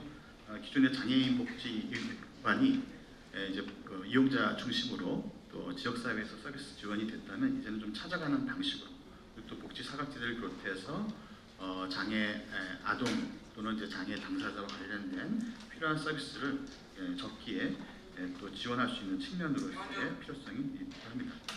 그래서 지역사회의 환경 기반 유연한 서비스 지원 및 역할 혁신과 관련해서 뒷부분의 정책 과제 부분이 있는데요. 장애인복지 정책 환경과 시대 변화에 따라서 장애 서비스 전반을 아우르는 중심적 역할 수행의 필요성에 부합하는 장애인복지관의 역할 혁신을 위한 장애인복지법 개정이 필요합니다. 기존에는 장애인복지법 제58조에 장애인 지역사회 재활시설의 하나로서 분류가 됐습니다. 원오브 댐이 아니라 실제 민간 장애인복지 전달 체계에서 대표적인 역할을 할 수 있도록 법상에서 장애인복지관으로 좀 명확하게 명시돼서 역할 수행을 하는 부분입니다. 두 번째는 발달장애인 지원 측의 방안을 위한 지역발달장애인 지원센터 운영범위 확대 부분인데요. 이 부분들은 2013년부터 지역발달장애인 지원센터가 개설되면서 2010년도에 전국 17개 시도에 설치가 이루어졌습니다. 그리고 제6차 장애인 정책 종합계획에서 광역단위, 시군구 단위 지역발달장애인 지원센터가 설치될 예정에 있는데요. 이 부분들은 지자체의 예산 확보라든지 여러 가지 측면에서 사실 현실적으로 많은 어려움들이 있습니다. 그렇기 때문에 장애인복지관이 기초발달센터로서 역할 수행의 필요성이 또 제기가 되고 있습니다. 장애인복지관은 229개 시군구 중에 40개를 제외한 189개 시군구에서 실질적으로 설치돼서 운영되고 있고요. 탈시설, 개인예산제, 체중증 통합돌봄에서도 중요한 역할 수행을 좀 요구받고 있습니다.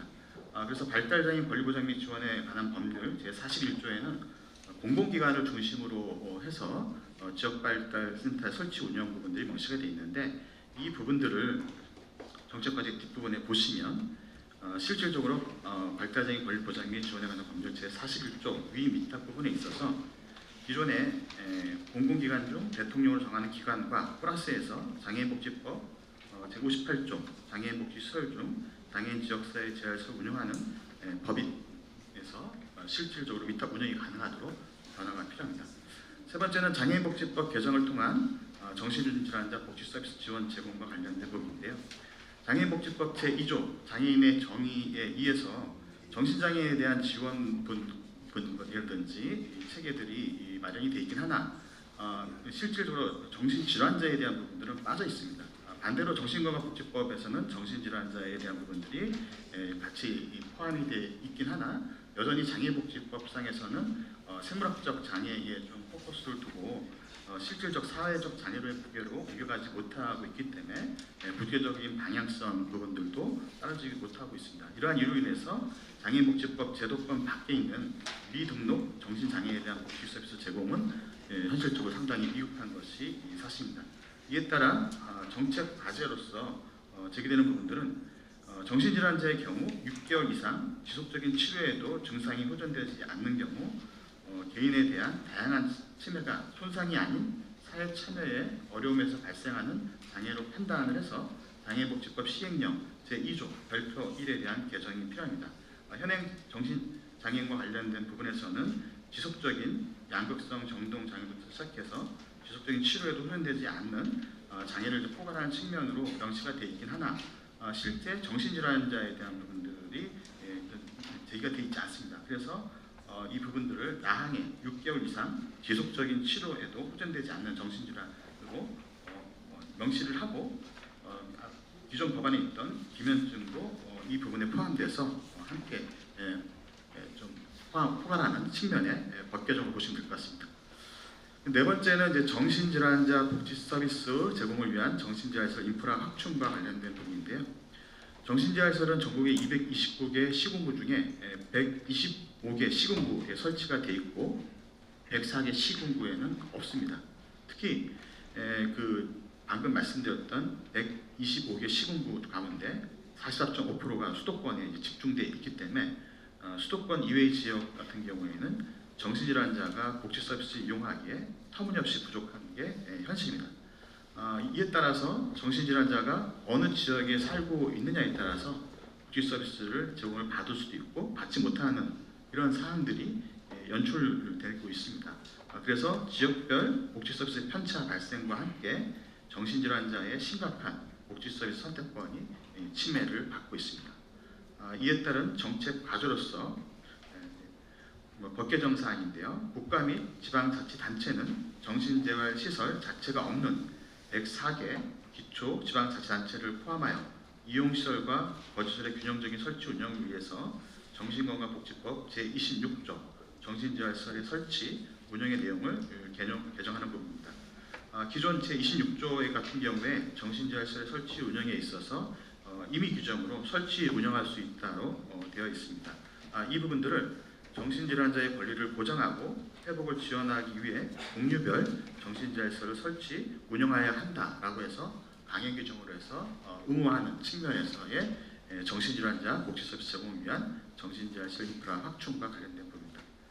그리고 이제 5번째가 정신요양시설 기능 개편을 위한 정신건강복지법 개정과 관련된 부분입니다. 이 부분에 대한 배경과 근거는 최근에 이제 국제적 환경 변화와 장애인 권리 협약의 제정에 따라서 정신질환자 및 정신장애인의 사회통합을 지향하는 국내 정신건강 정책의 변화가 요구되고 있습니다. 특히 탈원화와 탈실화 이러한 변화의 핵심 요소 중에 하나로 정신요양시설의 기능 전환의 필요성도 대두가 되어 있습니다. 선진국의 사례를 보면 정신질환자의 주거 관련된 적절한 지원 서비스가 제공이 이루어지고 있는데요. 이 부분들은 단순한 주거 서비스뿐만 아니라 치유, 회복 관련 서비스와 연계된 주거 서비스, 지원 서비스를 포괄하는 측면입니다. 그래서 개정안의 취지에 있어서는 현행 정신건강복지법은 정신질환자 등의 치료와 요양에서 인권상을 개선하기 위해 전면 개정되었으나 정신의료기관 등의 장기간 입원한 환자 수는 줄지 않고 있는 것이 통계로도 나타나고 있습니다. 그래서 이러한 문제를 해결하기 위해서 정신요양시설을 주거시설로 전환하는 것들이 필요합니다. 제한 내용으로서 입법적 개선의 필요성인데요. 정신질환자 및 정신장애인 인권 보호와 지역사회 포괄적 통합을 위해 주거지원시설의 기능 전환 필요성이 강조되고 있고 기존 요양시설을 주거지원시설로 전환해서 주거와 관련된 다양한 지원 서비스를 제공함으로써 정신질환자가 지역사회에서 자립생활을 할 수 있도록 지원하는 것이 필요합니다. 주거지원 서비스는 전환주거, 완화주거, 집중주거도 있고 이에 따른 설치 운영이나 주거 연계 등 여러 가지 이 부분들이 있는데요. 이런 부분들은 대통령령에서 규정할 수 있을 것 같습니다. 그리고 우수한 정신건강 전문 인력과 충분한 예산 지원도 필요합니다. 그래서 실질적으로 7년 동안 기간을 설정하고 국가와 지자체가 좀 부담하는 것들이 필요합니다. 관련된 법 개정 조항은 제3조 정신건강증진시설에서 요양시설을 정신의료기관에서 제외하고 제22조와 제23조를 개정을 해서 실질적으로 정신질환자에 대한 지역사회에 대한 주거서비스 지원이 원활하게 이루어질 수 있도록 해나가는 것이 필요합니다. 정신질환자의 인권보호 및 이러한 법 개정을 통해서 정신질환자 인권보호 및 사회통합이 촉진되고 정신건강 서비스의 질적 향상이 도모될 수 있습니다. 네. 그래서 22대 국회에서 여러 가지 입법 과제들이 많겠지만 여야의 협의를 통해서 이러한 장애인 분야의 입법 과제들이 필히 개정되기를 희망하며 발제를 마치겠습니다. 예, 감사합니다. 좋은 발제 감사합니다. 지금 법률 개정 통해서 기관 기능 변화, 그리고 인프라 확충, 시설 같은 것들도 전환하는 데까지 폭넓게 해주셨는데요. 처음에 말씀해 주셨던 것처럼 세 가지 협회 중심으로 관련된 과제를 말씀을 해주셨습니다. 제가 더 피드백을 드리는 것보다는 저희 강경수 선생님께서 아시다시피 특수교육과 교수님이세요. 아직까지 아마 교수님 아이덴티티가 더 강하실 것 같은데 아마 관련돼서 하실 말씀도 있으실 것 같고 아마 40분에 또 나가셔야 돼서 요거에 대한 피드백도 좋고 22대 때 장애인 분야 어떻게 하실 건지 폭넓게 잠깐 말씀을 좀 청해 듣도록 하겠습니다. 마이크를 주셔서 감사드립니다. 전반적으로 장애 당사자 중심 서비스라든지 지역사회 저는 정신질환자라는 말이 조금 어색하긴 한데 어쨌든 정신재활시설의 어떤 지역에 거주할 수 있도록 하는 거라든지 굉장히 방향이 장애계에서 꼭 해야 할 방향으로 많이 이렇게 좀 전반적인 그림을 잘 그려주셔서 너무 감사드리는데요. 저는 이제 발달장애인 지원센터, 발달장애인법이 실은 이제 제정이 되면서 2013년인가요? 중앙에서는 사실 어느 정도 노력이 있었는데 지역으로 어떤 모세혈관으로 이렇게 좀 확산되지 못하고 있는 상황이죠, 실제로. 그리고 가족지원센터는 보니까 이제 이게 발달장애인뿐만이 아니라 여러 이제 장애 영역에 있어서 지역 센터가 있기는 있어요. 그래서 각각 이렇게 다 흩어져 있는 것들이 어떤 데서는 효율적일 수도 있고 또 함께 또 통합해야 되는 상황도 있기는 한 것 같긴 한데 어쨌든 중요한 건 법적으로 이렇게 하게끔 위탁 운영하게끔 이렇게 좀 규정이 되어 있는 상태에서 실제로 시군구로 전달되지 못하는 것에 대한 거는 분명히 지적을 잘 해주신다는 생각이 듭니다. 그리고 저는 이제 개인적으로 장애인 평생교육법이 지난 요번에 이제 21대죠. 유기영 의원님을 중심으로 해서 상당히 논의가 깊이 있게 다가갔다가 사실은 이제 통과는 되지 못한 상태에 있는데 장애인 평생교육법도 한 번쯤은 좀 다룰 수도 있겠다라는 생각은 듭니다만 이제 그것도 사실 굉장히 쟁점이 있습니다.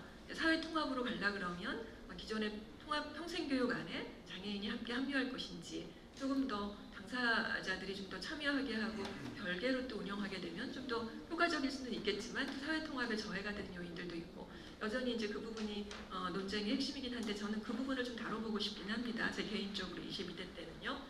그리고 저도 정신건강에 이제 관심이 많고 제가 국립정신건강센터의 자문위원을 오랫동안 해왔거든요.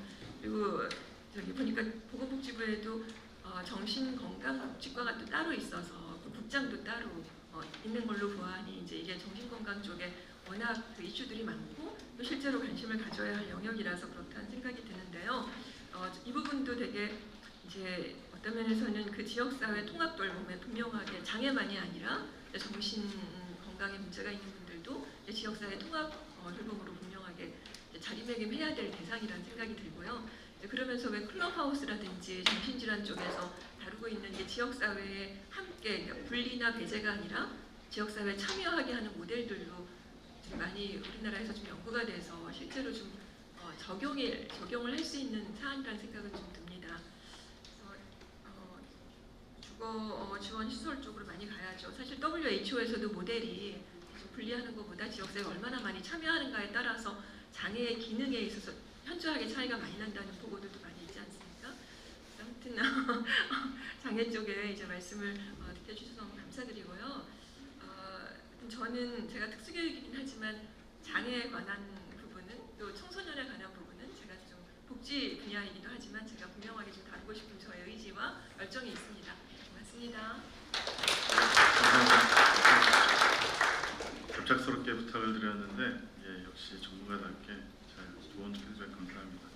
저희 이어서 가겠습니다. 다음은 가족 다문화 분야입니다. 한국가족센터협회 박소영 사무국장님께서 10분간 발제해 주시겠습니다. 네, 안녕하십니까. 한국가족센터협회 사무국장 박소영입니다. 먼저 이 자리를 위해 복지 현장의 다양한 의견을 전달할 수 있게 자리를 마련해 주신 한국사회복지연대와 이 토론회를 위해 애써주신 많은 분들께 감사 인사를 드리고 싶습니다.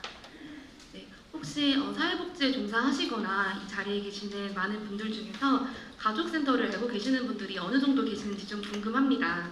가족센터는 어떠한 복지시설일까요? 많은 분들께 아직 생소할 것이라고 생각이 들어 이 질문을 드렸는데요. 그럼 혹시 건강가정지원센터와 다문화가족지원센터에 대해서는 들어보신 적이 있으실까요?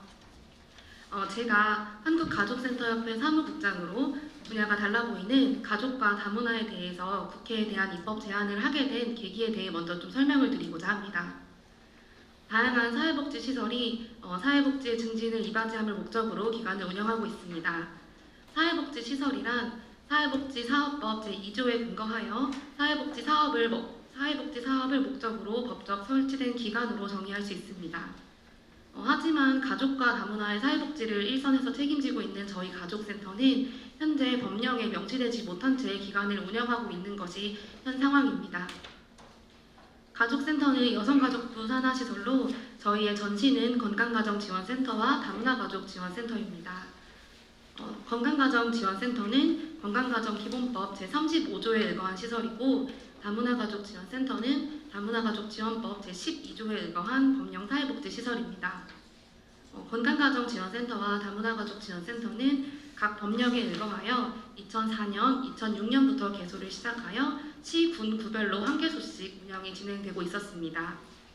건강가정지원센터는 가정문제의 예방, 상담 및 치료, 건강가정의 유지를 위한 프로그램 개발 등의 사업을 운영하고 있으며 다문화가족지원센터는 다문화가족을 위한 교육 상담 지원 서비스, 정보 제공, 일자리 알선, 통번역 등의 사업을 운영하고 있어서 각각의 설립의 취지는 상이합니다. 하지만 여성가족부에서는 2016년 한 자치군에 각각 설치되어 있던 건강가정지원센터와 다문화가족지원센터를 확대형 다문화가족지원센터로 분류하여 통합 운영하도록 행정명령을 내렸습니다.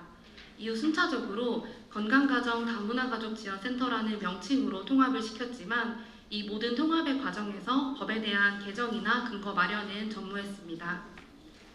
그렇게 약 5년간 건강가정 다문화가족지원센터라는 긴 명령을 가지고 행정명령 하나로 통합된 센터는 대혼선의 시기를 겪어야 했습니다.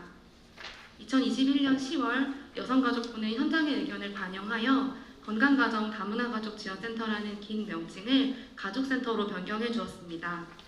하지만 현장의 기대와는 다르게 또 한 번 법 개정 없이 행정명령을 통한 개정이 진행되었습니다.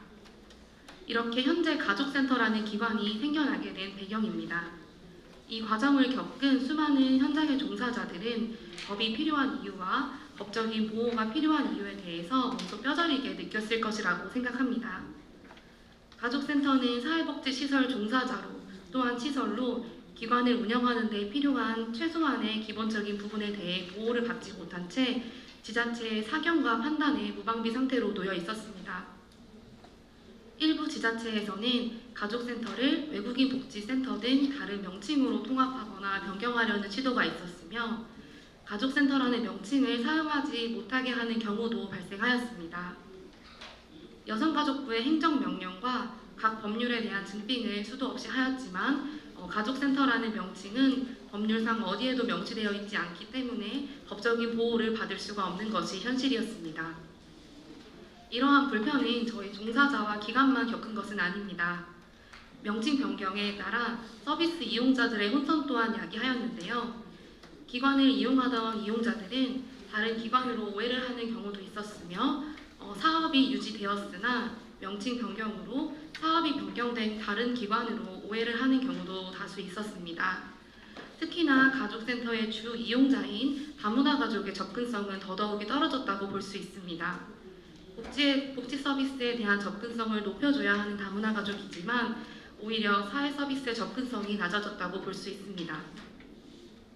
기존 지역사회 내 굳건히 굳혀온 건강가정지원센터와 다문화가족지원센터의 역할과 입지를 두 차례에 거친 명칭 변경과 통합으로 혼란을 야기하였으며 서비스 이용 기회의 불평등이 발생하여 가족센터의 중요성과 역할에 대한 사회적 인식이 저하가 되는 주된 요인은 저희는 명칭 변경으로 보고 있습니다.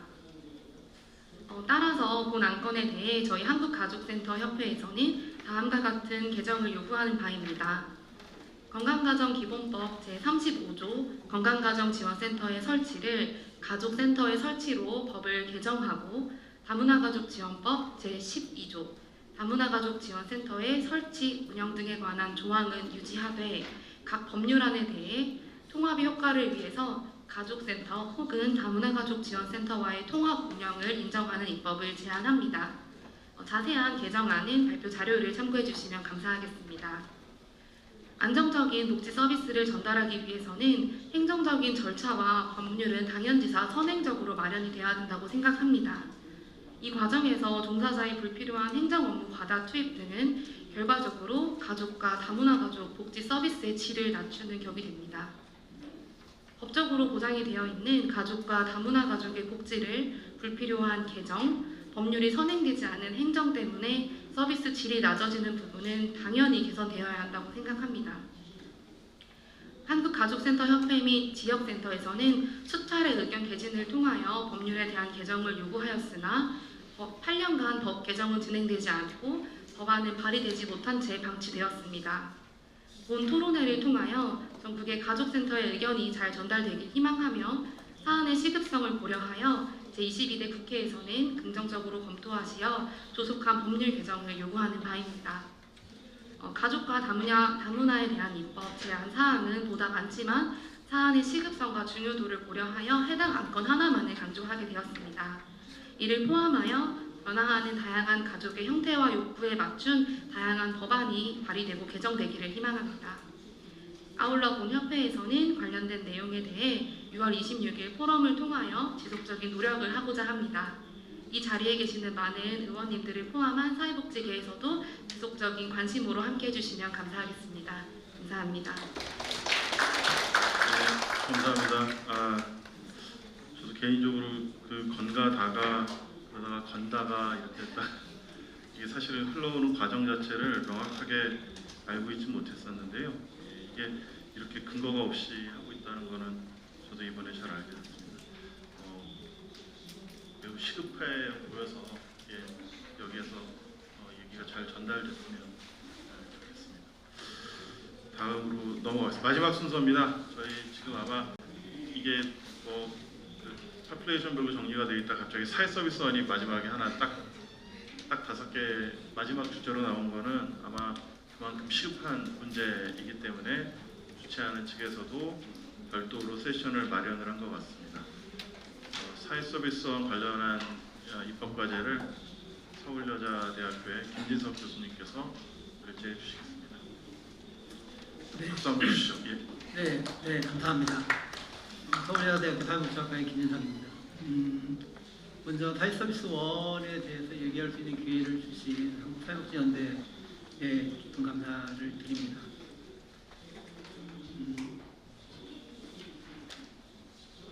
사회서비스원의 정책은 다 아시겠지만 그래도 다시 한번 좀 강조를 하자면 보육요양, 돌봄 그리고 사실 이 자리에 계신 모든 분들의 사업 영역과 연관이 되어 있죠.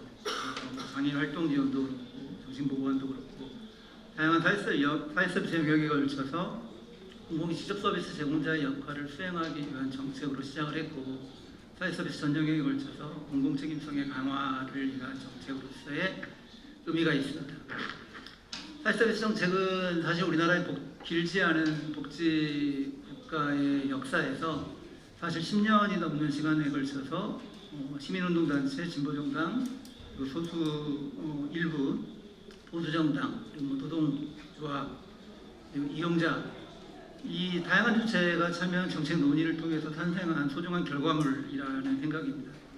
결과적으로 2019년 3월에 서울과 대구에서 광역 사회서비스원이 개원을 하고 공식적으로 출범을 했고 아직까지는 충북을 제외한 전국 16개 광역시와 도에 사회서비스원이 설치되어 있습니다. 관련법의 제정도 이루어졌죠. 약간 늦어지긴 했으나 지난 21년 9월 24일 날 사회서비스원 설립 운영 및 지원에 관한 법률이 제정이 되고 22년 3월 25일 날 시행이 되어서 지금 현재 법이 운영되고 있습니다. 사회서비스원의 정책의 현황과 문제점을 좀 말씀을 드리면 현재 사회서비스원 정책은 일단 제가 요즘 전투 모드라서 말을 좀 거칠게 하게 되는데 지금 완전히 망하고 있습니다.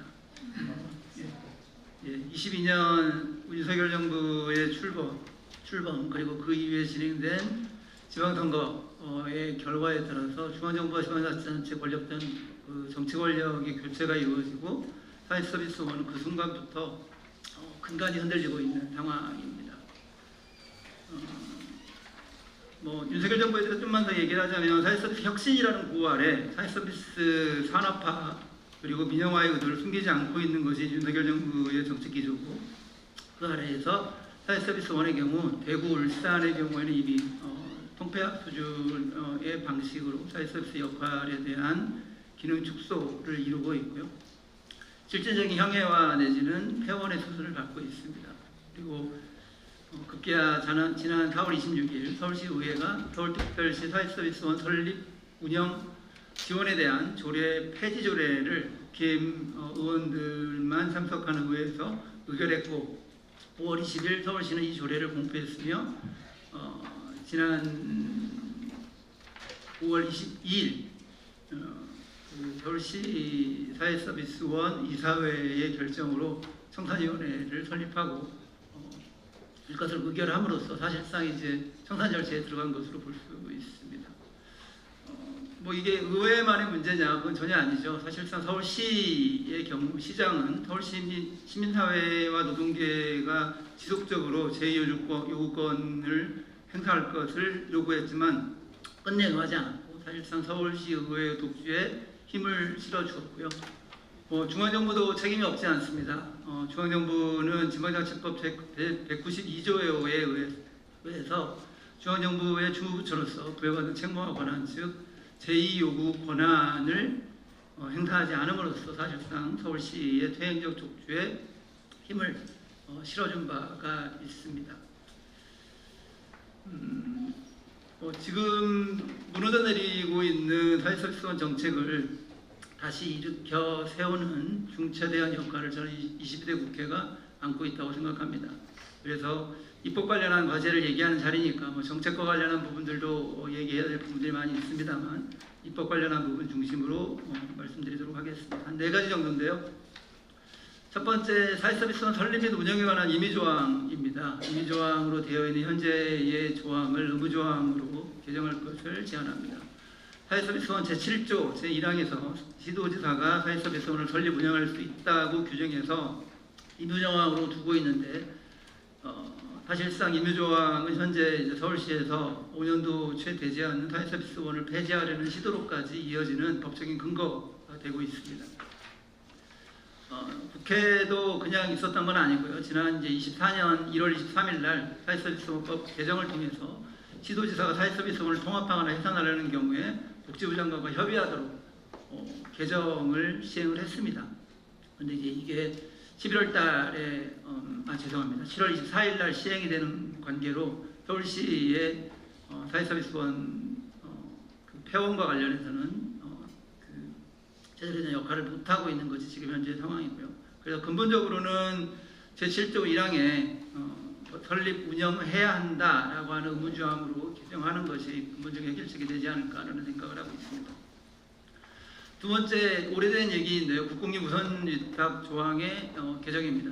사회서비스원법은 제11조 사업의 우선위탁을 통해서 국가가 지자체의 사업을 사회서비스원에서 우선적으로 위탁해야 되는 사업의 대상을 굉장히 제한적으로 지정하고 있습니다. 그래서 2조 1항에 민간이 참여하기 어렵거나 공급이 부족한 분야에 신규로 설립하는 경우에 사회서비스원 제공기관을 우선위탁을 한다라거나 아니면 위법행위 등의 발생으로 인해서 문제가 있는 기관에 대해서만 우선위탁을 하도록 제한하고 있는데 사실상 공공돌봄을 제공하는 사회서비스원이 그리고 공공돌봄을 확장하는 것이 필요하다는 정책적인 목표를 가지고 시작한 사회서비스원이 민간 기피 분야라든지 아니면 사고기관에만 진출한다는 제약을 두는 것은 사회서비스원 정책의 정책 목표, 법의 취지를 훼손하는 행위라고 생각합니다. 그래서 이 부분에 대해서는 시급하게 사회서비스원 지역에서 공공서비스 직접 제공기관으로서 역할을 수행하기 위해서 최소한 국가와 지자체가 신규로 설립하는 제공기관에 한해서는 해당 지역의 사회서비스원에 우선 위탁하도록 규정하는 것이 필요합니다. 다음으로 아직 법적 근거가 없는 2가지 사항입니다. 첫 번째 사항은 사회서비스원 재정지원에 관한 법적 근거의 신설입니다. 사회서비스원법은 지금 현재 사회서비스원법에 의하면 지도의 사회서비스원을 설립하는 것 이상도 이하도 아닌 법적 규정입니다.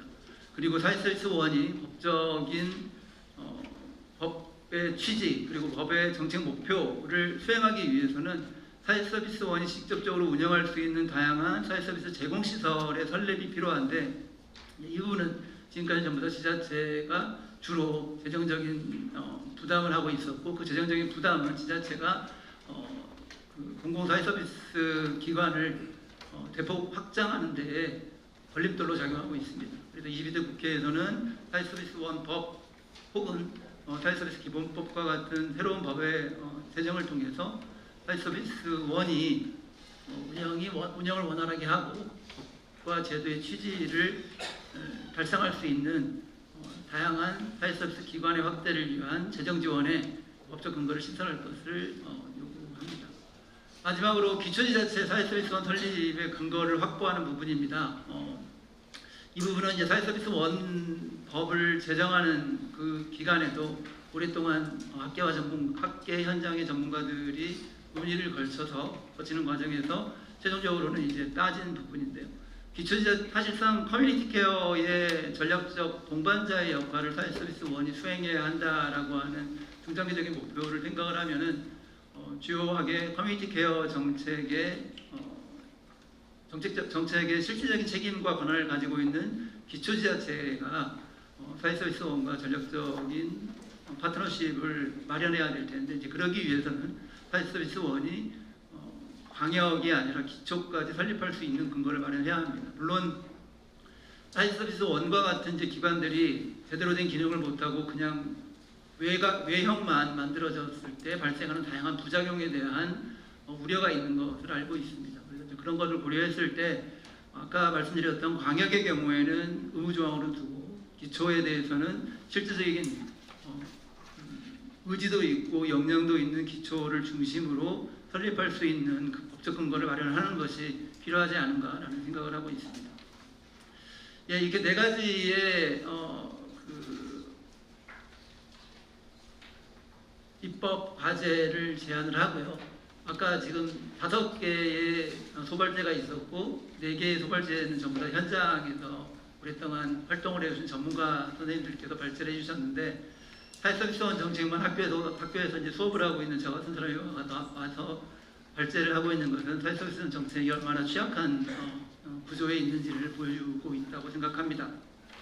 그리고 사회서비스원 정책과 관련해서 이런 자리에서 현장을 대표해서 얘기할 수 있는 분들은 지금 전부 다 집회하고 있고 시위해가지고 경찰에 출동 요구도 받고 있고 그래가지고요. 올 사람도 사실 없습니다. 그래서 제가 어쩔 수 없이 왔고요. 사회서비스원 정책이 이제 민간 중심으로 이루어졌던 우리나라 사회복지 사회서비스의 역사에서 사회서비스 30년의 역사에서 어찌 보면 당연한 귀결이라고 저는 생각을 합니다. 물론 이제 이것이 현장과 다양한 방식의 협의, 논의 그리고 뭐 불가피한 갈등 이것들이 있을 거라고 생각을 하는데 장기적으로는 사회서비스 영역에서 우리 사회복지사를 포함한 종사노동자 모두의 권익의 보호 그리고 사회적 인정 이런 것들을 만들어내는데 도움이 되는 정책이라고 저는 믿고 있고요. 이 정책에 여러분들도 전부 함께해 주셨으면 하는 바람입니다. 발제 마치겠습니다.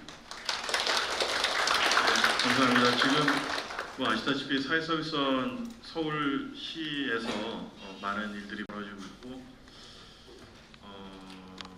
상당히 심각한 상황은 분명한 것 같습니다. 그래서 관련된 법과제를 뭐 의무조항으로 만드는 거, 우선위탁조항도 개정하고 그리고 재정 지원에 관련된 거 그리고 마지막으로는 몇 번의 시도가 있었죠. 그러니까 기초 단위에서의 사회서비스원과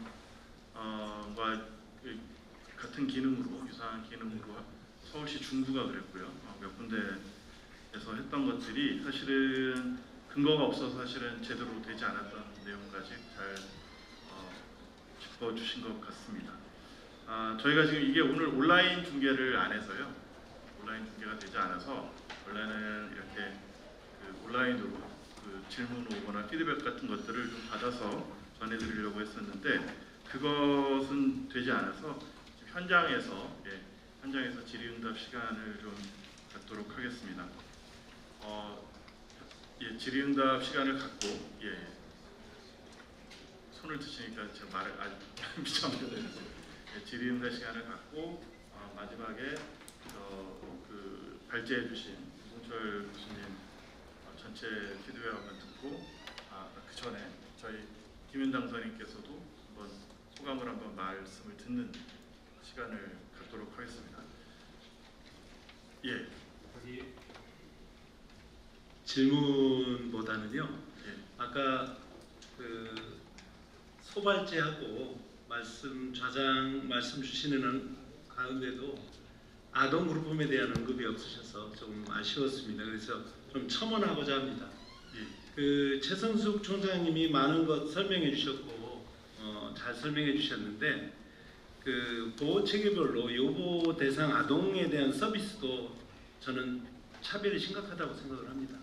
예를 들면 양육시설에 있는 아동과 위탁과 그다음에 저희 같은 그룹홈에 있는 아동, 그룹홈이라고 하면 소규모로 가정형으로 아동들을 양육하는 생활시설입니다. 그런데 이 어느 보호체계의 아이들이 있느냐에 따라서 서비스에 차별이 있다는 것은 저는 심각한 문제라고 생각을 합니다. 근데 그래서 차별 없이 어느 보호체계에 있더라도 똑같은 서비스를 받을 수 있도록 해야 된다라는 게 제가 첫 번째고요. 그 다음에 소규모 가정형 보호체계인 그룹홈의 경우에 가장 중요한 요소는 부모와 같은 안정적인 어른이 아이들과 동행하는 것이 가장 중요하다고 저는 보고 있습니다. 그런데 이런 안정적인 종사자가 함께 하기 위해서는 어떤 처우도 정상적이어야 되고 여러 가지 안정적인 환경이 주어져야 된다고 생각합니다. 그런데 그룹홈 종사자들 같은 경우에는 인권위가 차별이라고 결정했음에도 불구하고 현재 양육시설 같은 곳하고 차별이 이루어지고 있고, 특히 심각한 것은 지역별로 같은 그룹홈 안에서도 차별이 지금 발생되고 있다는 겁니다. 예를 들면 서울과 울산 같은 경우에는 금액을 말씀드려서 죄송하지만 몇 천의 차별이 있습니다. 그래서 이런 것들에 대한 개선이 좀 반드시 필요하다.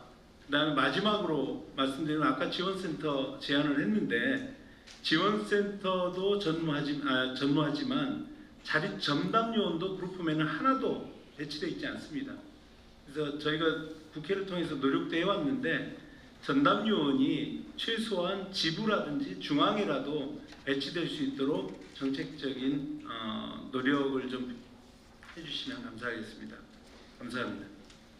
예, 저희 아청 그룹홈에서 지금 아까 발제에 포함되지 않은 내용을 간단하게 추가적으로 말씀을 해주셨습니다. 감사합니다. 저희 지금 김윤 당선인께서 이석을 하셔야 돼가지고 간단하게 전체 피드백 한번 주시고 이동하시면 됩니다. 짧게 말씀드리겠습니다. 오늘 발표를 통해서 전에 모르던 거 많이 알게 됐고요. 어떤 것들을 원하시는지도 알게 될 것 같습니다.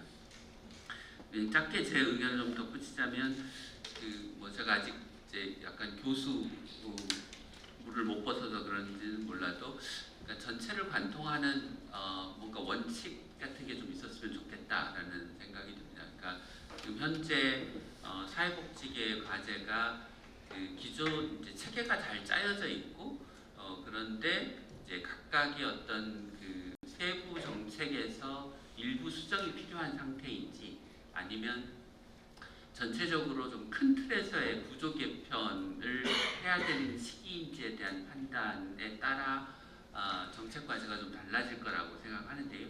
제 생각에는 전자도 필요하지만 전반적인 좀 구조 개편이 필요한 시기가 아닌가. 그래야 말씀하시는 문제들이 해결될 수 있는 게 아닌가라는 생각이 들고요.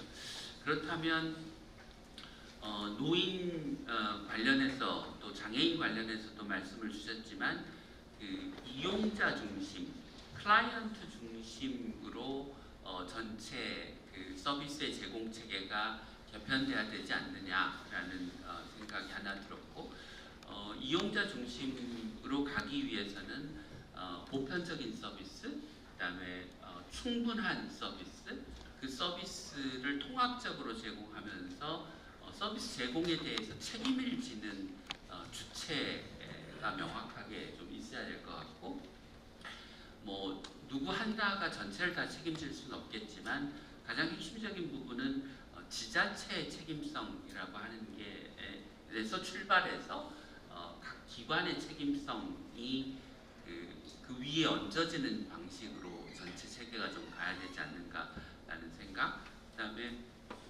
앞에서 말씀드렸던 보편적 서비스, 충분한 서비스가 이루어지기 위해서는 우리가 근본적으로 재정 체계를 어떻게 짤 건지에 관한 고민이 좀 있어야 될 것 같다. 물론 하나의 재정으로 모든 걸 해결할 수는 없지만 우리가 가지고 있는 사회보험과 중앙정부의 예산, 지방정부의 예산을 어떻게 유기적으로 연결해서 보편적인 서비스를 충분하게 제공하는 방식이 가능할지에 대한 좀 큰 틀의 그림이 있고 지금 말씀하신 사항들이 그 안에서 좀 세부적으로 배치되면 각각 개별적인 요구사항을 주장하시는 것보다 저는 훨씬 더 힘있게 개별 요구사항들이 주장될 수 있고 설득력이 있지 않을까라는 생각이 들었습니다. 이상입니다. 감사합니다. 예, 감사합니다. 혹시 추가적으로 질문도 좋고 피드백도 좋습니다. 여기 각 연대 협회 회장님들 다 참석해 주셨습니다. 후보가 안 된 부분을 해봤는데